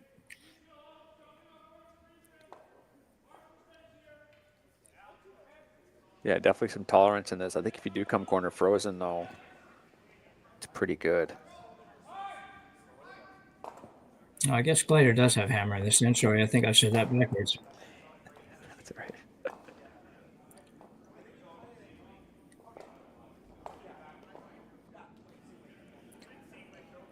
Got a game ending beside us.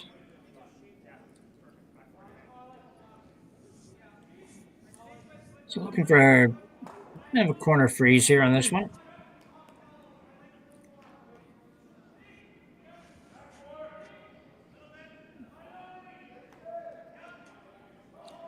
So it's going to be a little light, I think.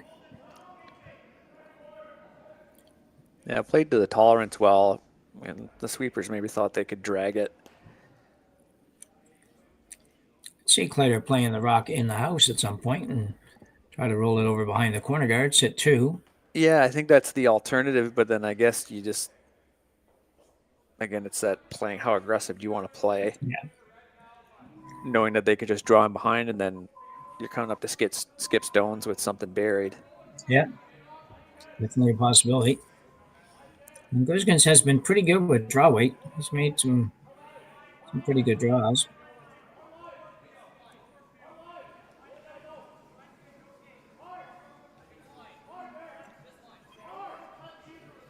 Hoping that you could,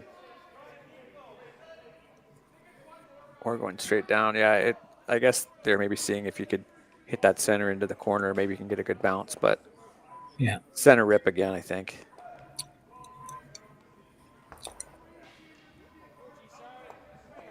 This way, okay. Yeah, I think he's trying to go kind of, well, not maybe exactly straight back, but I think he's trying to make yellow-red here. I think, anyways. Yeah. But you're right. I like that idea of actually peeling that one towards the right-hand corner guard, maybe get a little bit of a bounce off it. But let's see. Because if it's just that single red guard, let them try to throw a run back or something. Yeah, this one's going to pop through the hole, I think. Oh, no.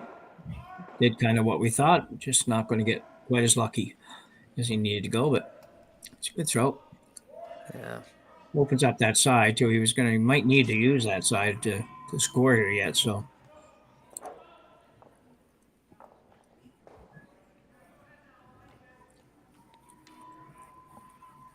Yeah, this is the third's final stone, so we're really getting into the nitty-gritty stuff here. If they make this freeze perfectly, then yeah, for Kleiter, I don't know what they could maybe come around at some point. Yeah, right away. You're right. The freeze would make it really tough, and anything that kind of corners that red one and offers probably 3/4 of a rock at least guard on the on zone red would be really good. Mm-hmm. Wolfman.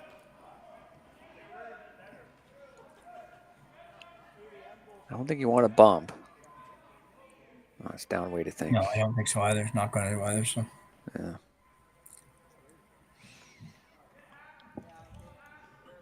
It's okay. I think if it was me, I'm actually looking for it. He obviously wanted it in there. I'm looking for it to be a little bit less, get a little less curl than that actually, and try to take this run back that way, and also protect my own. I think that's what I'm going to be looking at. But it'd be Josh Mattern's final stone in the 6th. Yeah. Running red.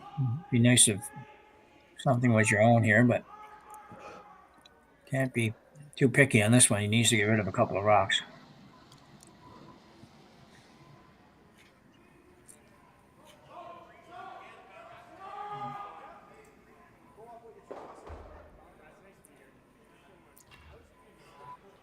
Not a bad little result there. No. The role of that guard's actually quite nice because now all they really need to do is just tap up that yellow to sit 2. Yeah. The problem, of course, is that the other team gets a throw in between that. Yeah, of course. Always the problem. It's always the Yeah. trouble with that shot. Yeah. Good to this. He could come right around too. He could come right around the yellow and go to the back button if he wanted. Mm-hmm. He might do that on his last one. We'll see. Put a little extra pressure on.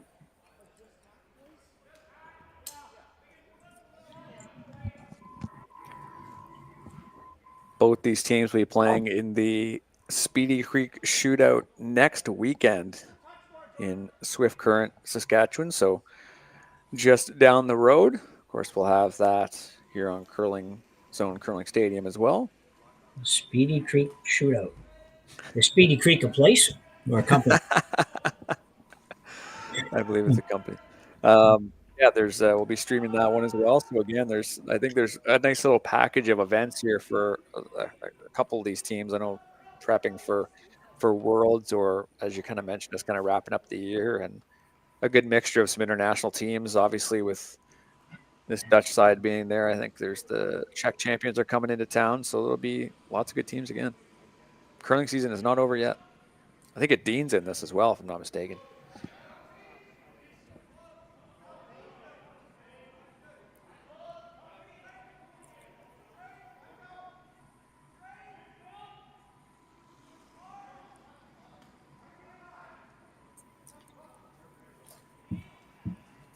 So that will just over curl.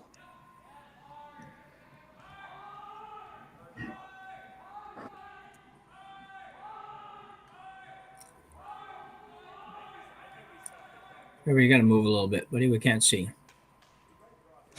There we go. Yeah, over curl slightly for sure.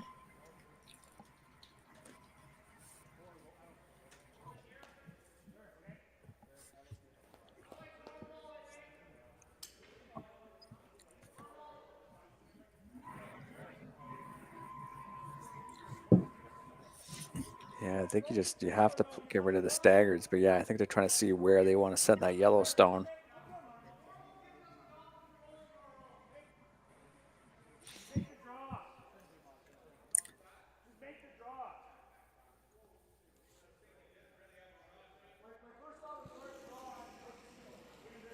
No, yeah, go ahead. I was going to say, as you pointed out, just for later, that obviously we lost that sheet to our left, so just something to watch out for speed on draws. But what were you going to say? I was just going to say that I don't know. I don't know for sure if he can come around that throwing enough weight to bump yellow red and remove it or not, or if he's going to do that. It's probably more likely. Yeah, that's a sound call. And I also learned that Speedy Creek is actually a nickname for the city of Swift Current. Of course.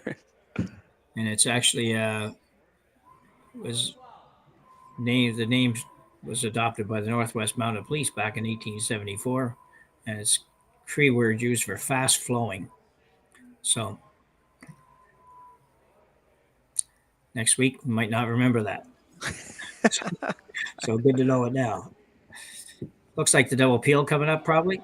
Double peel, maybe even get it going in the right direction towards something in the house. Maybe add an extra rock in the house, which make things a little better for you. But for now, get rid of those guards, and I think that would be the first step. Mm-hmm.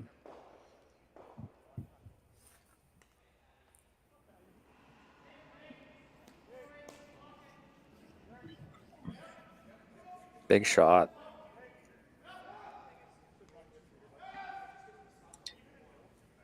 You get a real thin part, not a ton of weight.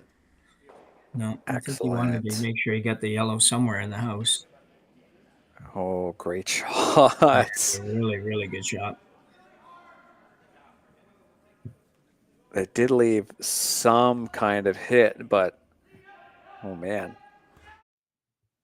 Certainly a way you can miss this. Let's see it again here. Thrown with not a ton of weight for that very reason, really. Yeah, that was a really mature call there, just to throw that kind of that downish weight peel. Really well managed, great line call.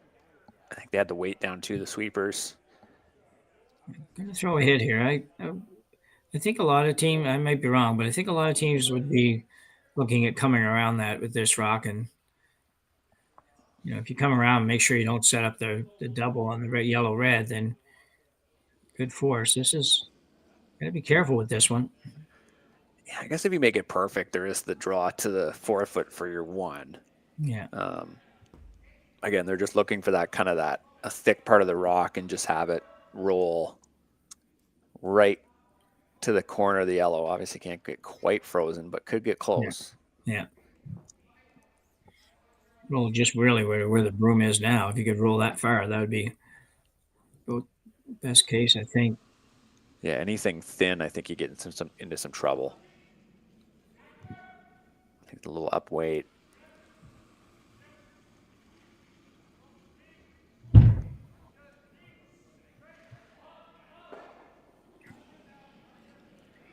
Yeah, it did just leave it exposed, though. Yeah, I just think that was a really hard shot, because I think if you hit a little too thick, you do that, you roll over the top and leave them two. If you hit a little tiny bit thin, you still might jam the yellow partly on the red and leave it in the rings. I don't know. I know the other shot's riskier, but I think it ended up with a better result. But anyway, Rylan Kleiter now with a hit for 2 here to take a 2-point lead as we head to the 7th. It feels like we should be in the 7th by now, but we aren't quite there yet. Yeah, nice, easy line up here for 2 for Kleiter. Very happy to take their 2 if they can pull this one off. Perfect. Yeah, perfect time and opportunity made possible by his first shot.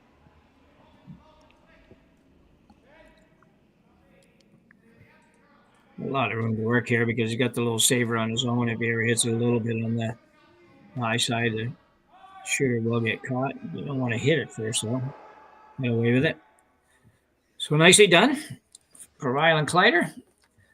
You can call that almost a skip's deuce, that one. So we will he will take a 5-3 lead as we move to the 7th end right after the break. Stronger agronomics, better returns,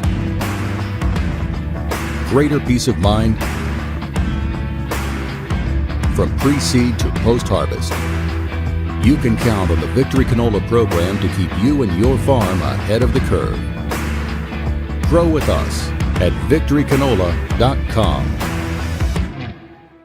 Welcome to the rockshop.net, the official store for the Grand Slam of curling. Whether you're looking for the best hats, stylish clothing, fun toys, or unique accessories, the Rock Shop has it all. Shop online anytime at therockshop.net for exclusive Grand Slam of curling gear, or come see us in person at your next event. Therockshop.net, where fans find their favorite curling gear.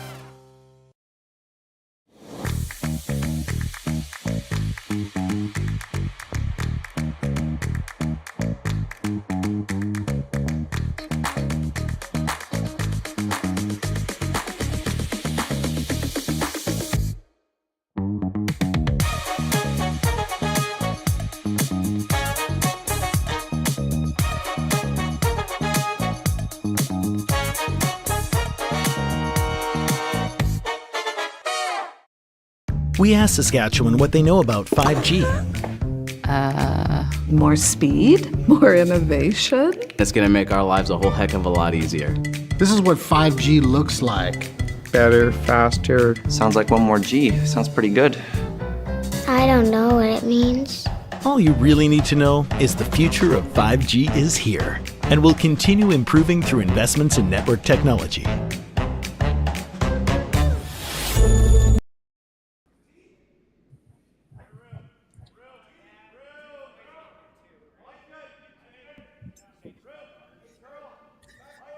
We're started here in the 7th end. Rylan Kleiter, first rock, top of the button. Very traditional move. And our Dutch team is trying to throw a corner guard, and they threw one. They must be going to go double corners because that's a really, really high corner guard. Yeah, they're going to need to go a little aggressive on this end for sure. And just knowing how, competent this Kleiter team is at throwing hits and reading the ice here, you really got to get into a position where you can get a deuce or more. You don't want this team being able to play open in the eighth.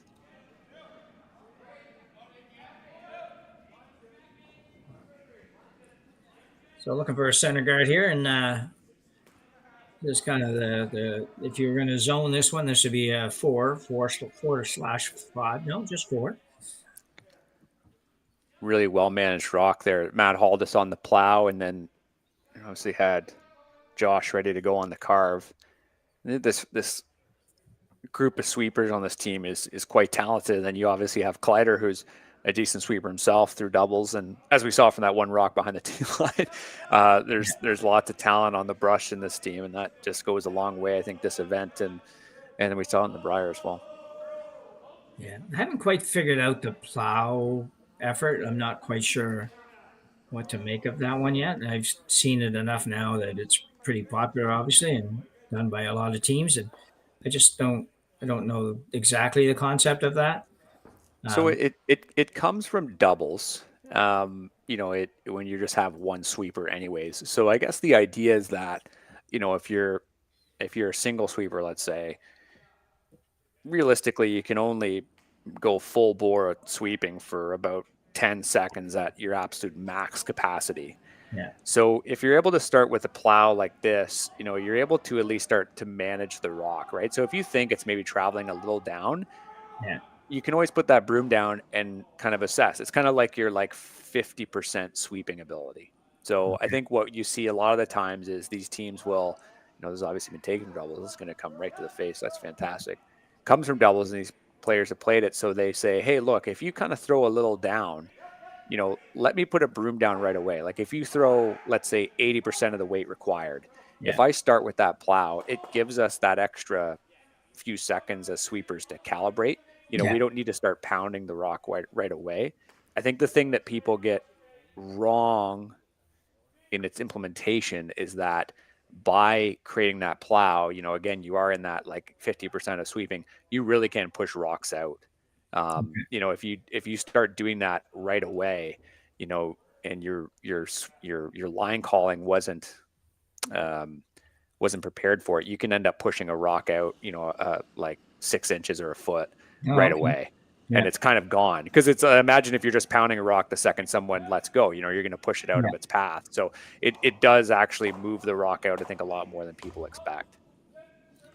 Okay. But if you broom for it, if you're like, okay, I'm just going to kind of maybe just a little bit tighter more generally, it is really, I would recommend if you start playing around with it, just because it's a really useful tool, especially if you have this. A lot of these teams they'll kind of have one main sweeper or one person who jumps on it right away. It's quite effective. So that was a little long-winded, but there's your answer. Yeah, no, that's good. That's good. When you said it came from mixed doubles, I figured it came from when guys have to jump up, chase the rock, and they got to get the broom down, not fall on their face. So they just do that. It take a couple of seconds to do that, and then start sweeping. So that's what I do. I got to get Friday afternoon men's or mixed doubles? Hard to say. Yeah. So Kleiter has the control zone controlled here at the moment, and it's okay with the Dutch team. They're trying to figure out how to manufacture 2 here. They really aren't interested in getting 1. So don't know what he's looking at here. Is if he can come off the back one a little bit. Not quite sure that that's there. It might be though. Yeah, it could be. I guess if he hits it thin enough.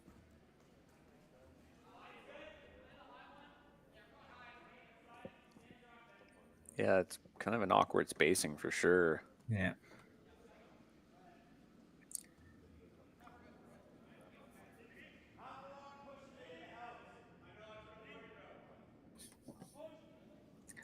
Make it move a little bit. Well, that might be a great shot if it doesn't go out, and it's not going to. Pulled a little bit open. I think that was a terrific shot, really. Yeah. It is a really good outcome. This is excellent. I'd hit it a little bit thicker, I guess. to keep it up a little higher, but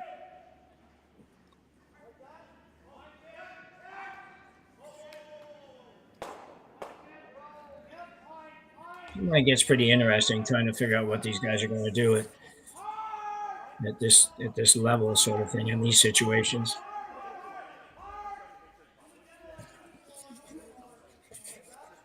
Trying to get rid of the corner guard while possibly moving your other rock into the rings, I guess, would be the plan here. Yeah, likely.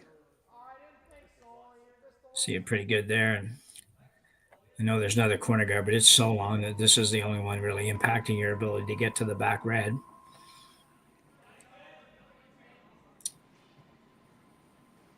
Josh Matter. That's pretty steady. Hit a little more of this than I was thinking that they might want to hit, but let's roll the shooter over.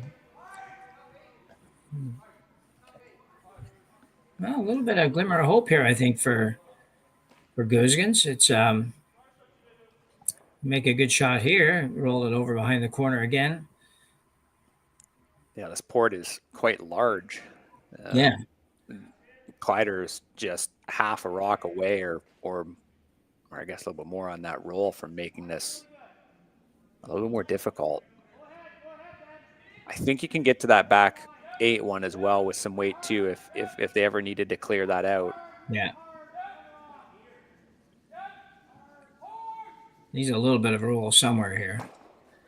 A bit of bad luck there. Could have rolled either way.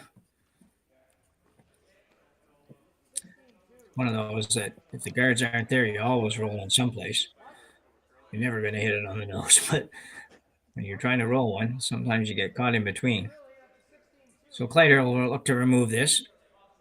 The call is board weight just to get across the face.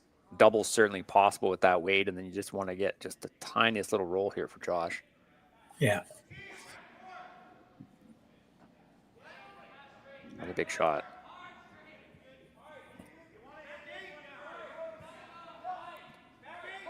Going straight right away. Oh, a little early. I think he's going to get a little bit. Not much, though. No, probably not enough. Yeah, I think Rylan just threw his broom up just to acknowledge there's a bit of a line calling error there. A little early to keep it straight. It is nice to have, Trevor Johnson on one side of the rock, knowing that that carve is always going to be possible, but yeah, I just couldn't bring it back enough. Same thing with the plowing aspect, right? You never want to get that call too early because you definitely put yourself in some trouble. Yeah.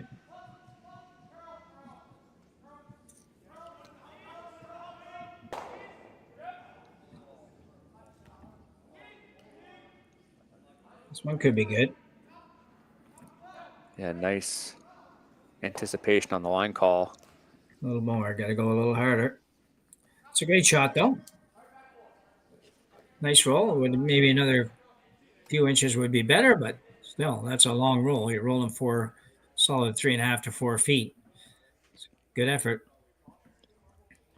Yeah, I'm going to give that a try. I actually have I play a couple times a week and, just in club curling, but we do have a couple of young guys that play with us that just came out of junior, and one in particular who's just an absolute beast with a broom, but we've never, ever tried that. So I'm going to give that a try this week, see what that looks like.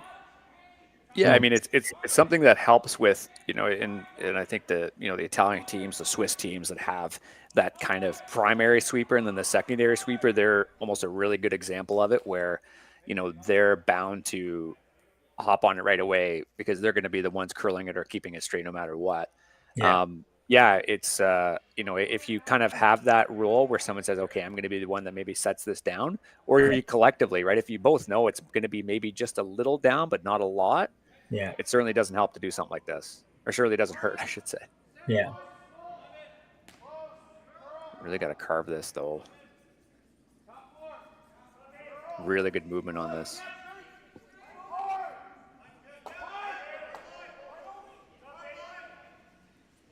That's pretty good. Very, very difficult shot now to remove that yellow. Yeah, it's just in the perfect spot. Yeah. The roll on the yellow was quite crucial, but Yeah. I think if they're able to get. Yeah, a good example there of the sweeping and the power down and weight over the head of the broom that managed to make that as good as it was. Looked like it was going to be much thinner than that. Yeah, the weight on the broom and the repetitions for the carve Exactly, is really important. Yeah, decision times here for Gosgens. Yeah, it's always been a bit of a debate, like, speed versus pressure, I guess, in terms of sweeping. And I know the perfect world, it's a combination of both. But think of some of the teams that you see out there, particularly the Asian women's teams some of them are just, they don't weigh much more than the broom. So it's like, but they go 100 miles an hour, and I got to believe they're pretty effective because they're steady, and I'm sure they have enough pressure down, but they can't possibly put the same pressure down that a 200-pound guy could do. So it's interesting to see what really is the best. I guess it just depends on what you're trying to do sometimes. And I'd imagine that the repetition, the speed aspect, in the next 5-10 years, as more and more science comes out of it, I'd imagine that'll be something that will be deemed to be more effective when you're carving the rock as well. Yeah, yeah. So Gosgen's going to come around the outside.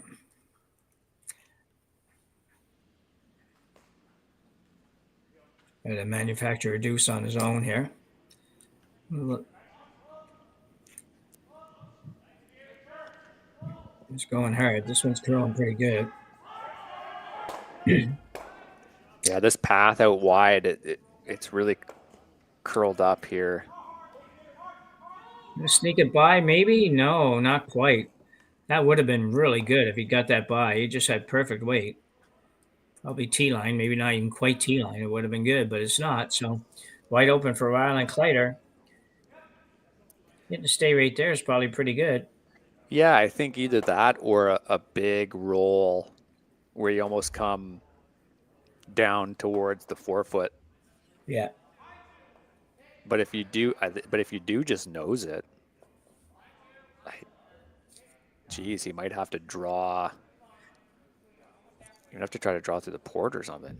Yeah, which, it's a decent sized port, but at the same time, it's not a shot they played a lot. And just it comes with a little more difficulty than just a simple come around. That's fairly keen on going for this cross house double, it would seem. Yeah. I don't know that I'd be that keen on this. Yeah, I'd say you try to go for a little roll, or you just play the tolerance where you just get you nose it and it's fine. Yeah. Yeah, that's when I'd be thinking that too. Yeah, because if you nose it, it's the draw or some kind of weird triple where you're just throwing yellows. So big last shot here for Kleiter again to take control in the seventh.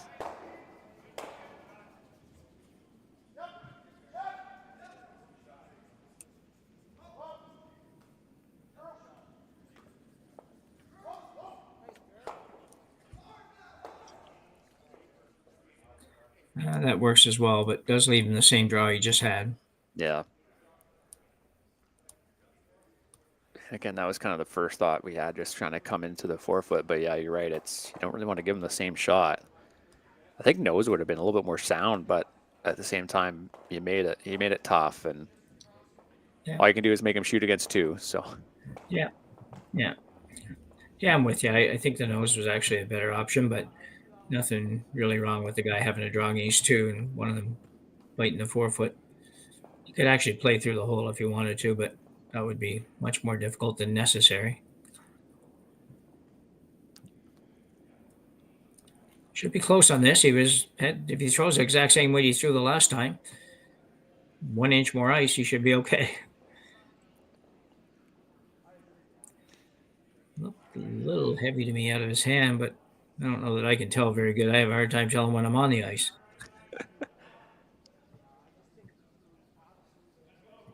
Sweepers are down right away. Yeah, I think it's coming up. Yeah. It's coming up big. Yeah, they got to go. Got to get a little more out of it. They get a little more out of it, and they will. Well, it's a good thing they didn't take a break anywhere along the way down there, because that was needed every stroke that they fit in there. So we'll just make sure that that's the case, but well, maybe not. Might not have got there. He did. Okay.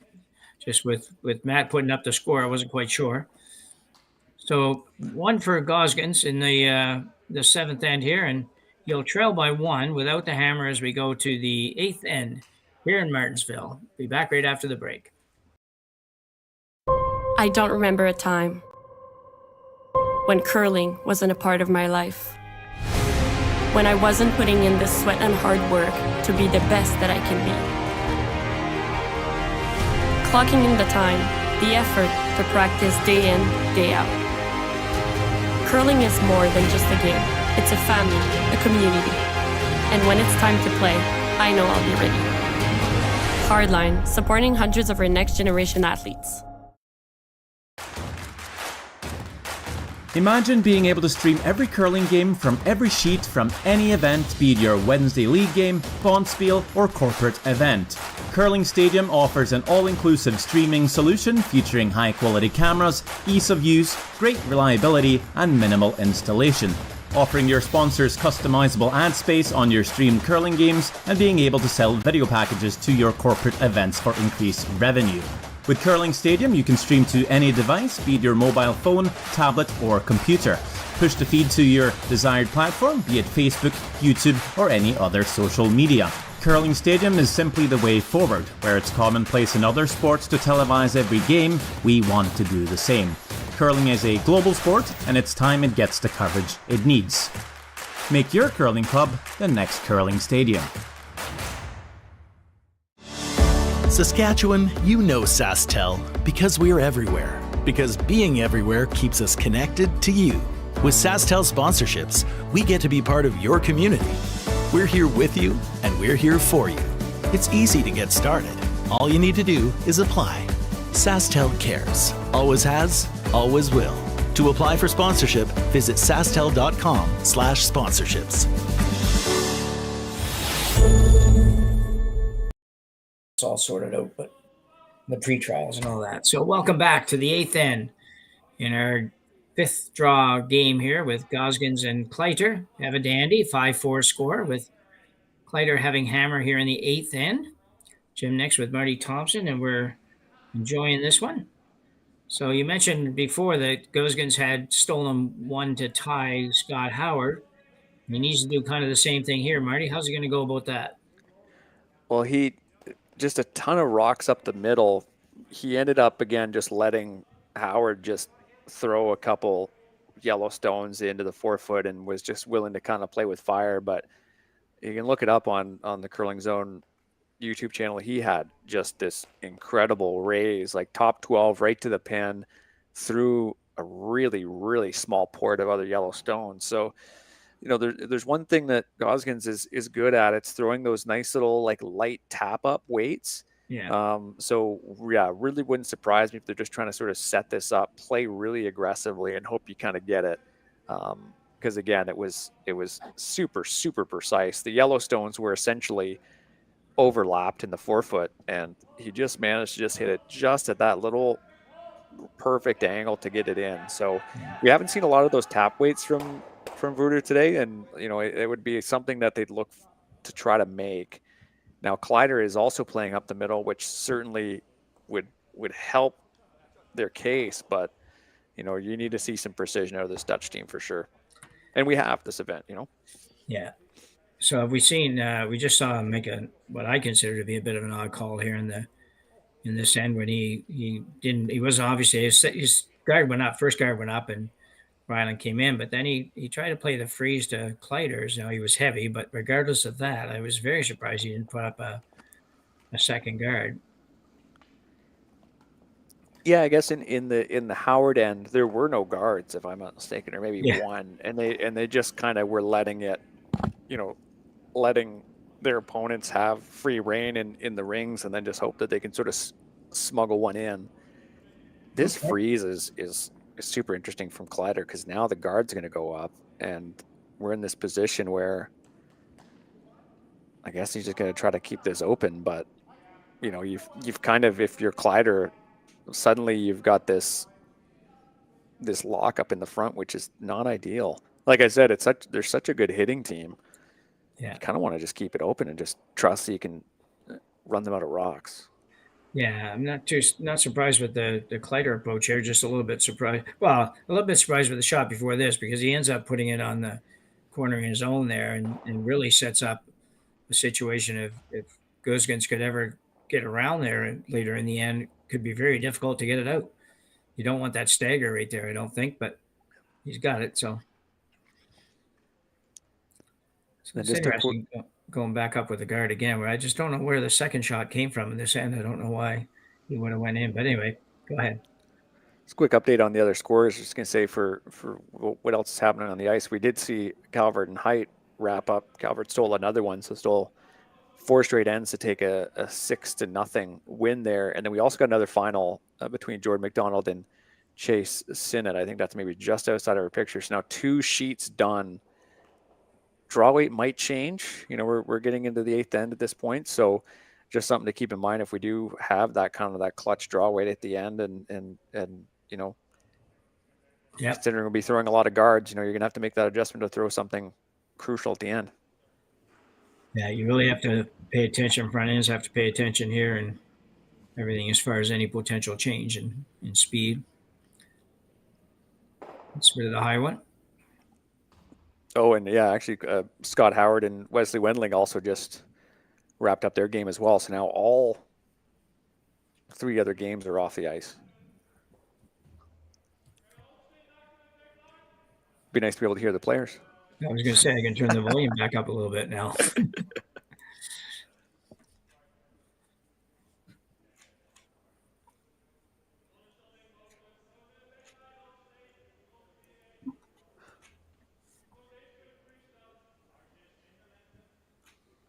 I dream of those days when we might get to a point where we are able to have the players mic'd out there. A little bit, at least. Yeah. You know, some guys dream of the days when we have a telestrator. I don't know if that'll be good or bad, but anyway, it'll be fun. So what's the shot call here, Marty? I'm not quite sure. He's just going to try to bump the yellow back a little bit? Yeah, they're going to try to get to much of that yellow as they can. I don't think it's a whole ton of weight. I guess if you just push, you could perhaps just push that second locked yellow stone to back 4, and then it's maybe something you could play with. Oh, maybe a pick. Oh, that's upsetting. That's super upsetting.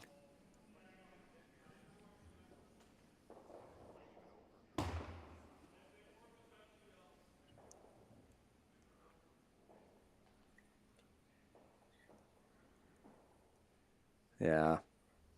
And obviously took all the weight off of it too. They were not, that was not a top 12 weight that they're able to sweep to the tee. That's a tough break. Yeah, I don't know if I love the initial call, but regardless, we'd like to see it.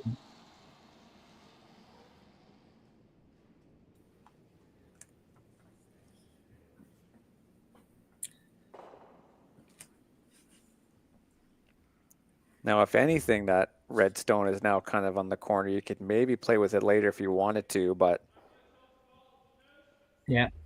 Yeah, I thought actually once it picked, they might have been better off letting that stop a foot or 2 shorter, really, to be honest. It might have been a little better opportunity to roll something in off it or double off it. But regardless, it's an odd situation, so we'll see what they're going to do here. Really important for Lawrence just to sort of park that miss and really execute on this one. Well, they're back to no guards in place, so they're happy. Yeah, apparently. Worked before. Yeah. This is just a gentle shot, just really just trying to move things around a little bit, I think, more than anything else. Just right to the nose. It's a really good line call. Really good line call. Yeah.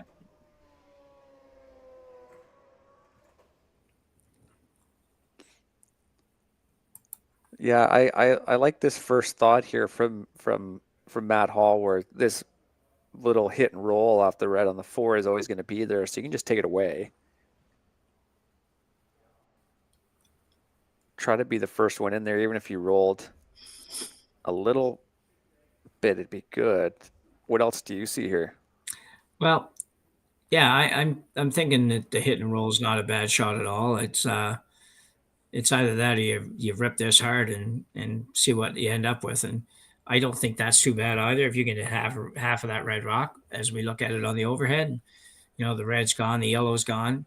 You might be facing more with your last shot, but it should be pretty wide open. He's not going to have much if you get rid of all that. He's going to have to come down and probably, for this point, probably freeze to your yellow at the back of the house, back of the 4-foot. And freezes are pretty tough to not be able to get rid of these days. So I think I like the peel. Yeah.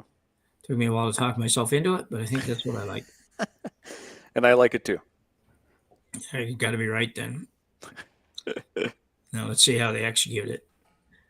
We're off the hook anyway if they don't make it because it's their responsibility to throw it. So.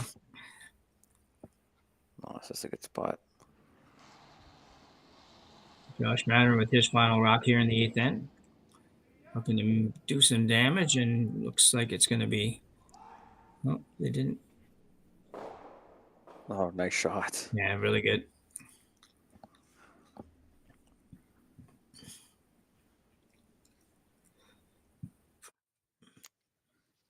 Yeah, lots of granite moving.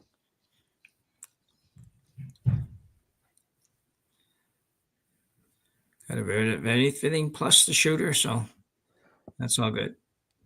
Yeah, I can't really follow the Gosgens strategy here in this end. I think they had an opportunity to at least have a little better chance here at the end than they did. I just kind of, some of the shot selection to me was a little off, but yeah, I mean, if they did manage to punch that one back, the rock they picked, yeah, you never know. yeah. It was something that was really precise, and you were going to put a Yellowstone near the back, which would have helped. But yeah, I mean, hindsight's 20/20 for sure when there's a picked rock like that. Yeah. And some real precision needed here. Yeah. So the freeze call for Gosgens. He does have the other rock at the top of or just left of the 4-foot there. So that could come into play yet. Makes a perfect freeze, and Rylan just decides to kill it all. We'll see what he does first. He's had a nice draw weight for the last few rounds, so expect this to be close. It gets wide. It takes a while to come back, but it will. That's Awfully good. Yeah, really nice shot. Really nice shot. Kleiter does have this double, and you kind of want to get as much granite moving as you can.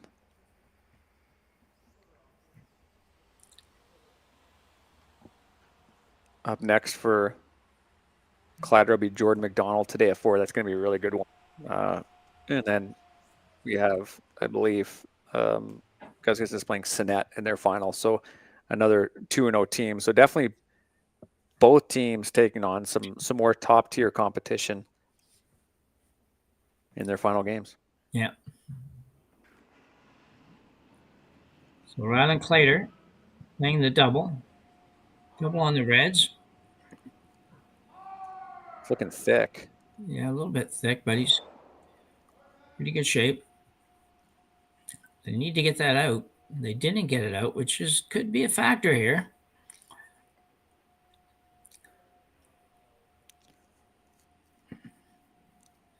So this is tricky. You got to be shot. If it was just behind tee, I think you might have been a little bit happier, but I think you're right. Yeah, I think it would definitely have been better for Gosgens if it was just at the back of the button instead of the top of the button.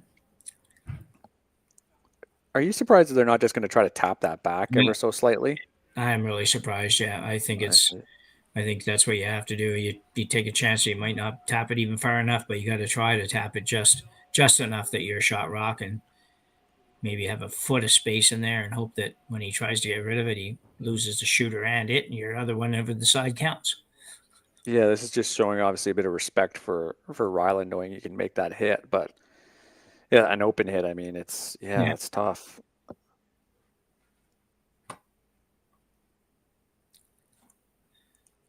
in the old theory of put yourself in the other team's shoes. If I'm Rylan Kleiter right now, I'm pretty happy seeing him play this shot. Yeah, most certainly. I know the other one's harder, but the possibilities of what you get out of it would be better. So this one's got to come up a little more. Maybe, there we go, going to get a little roll. That's about as good as he was going to get. He probably was looking for a little more roll, but I don't think it really mattered too much as long as he was shot rock and he had to play this one is good enough. The only way it would ever matter if it over curls and ends up on the other red, but I don't expect that to happen either. Rylan Kleiter with an open hit here in the 8th end with an attempt to secure a victory, move to 2-1 and move on to later on today, as Marty was just telling you. Just got to make sure that the shooter stays, but otherwise, yeah, certainly in some good shape. Yeah. I thought they played this game really well. Yeah, I mean, there's a few sort of technical mishaps, but I thought they executed quite well, and hopefully moving on to the playoffs for this team. Top-ranked Canadian team in this field. Yeah.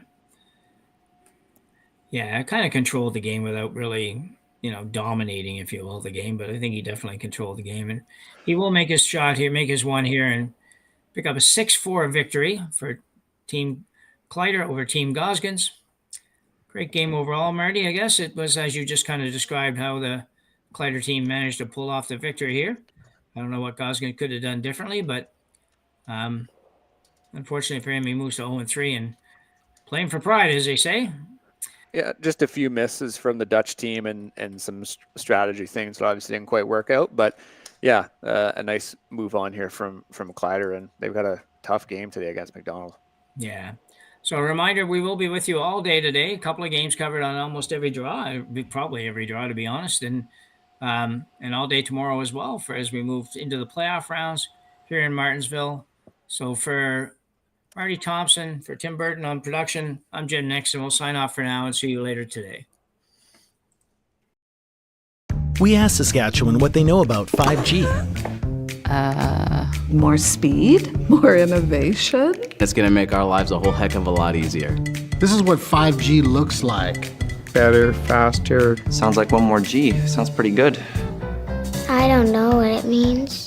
All you really need to know is the future of 5G is here and will continue improving through investments in network technology. Handcrafted in Canada, Hardline's Ice Pad has revolutionized curling for over a decade.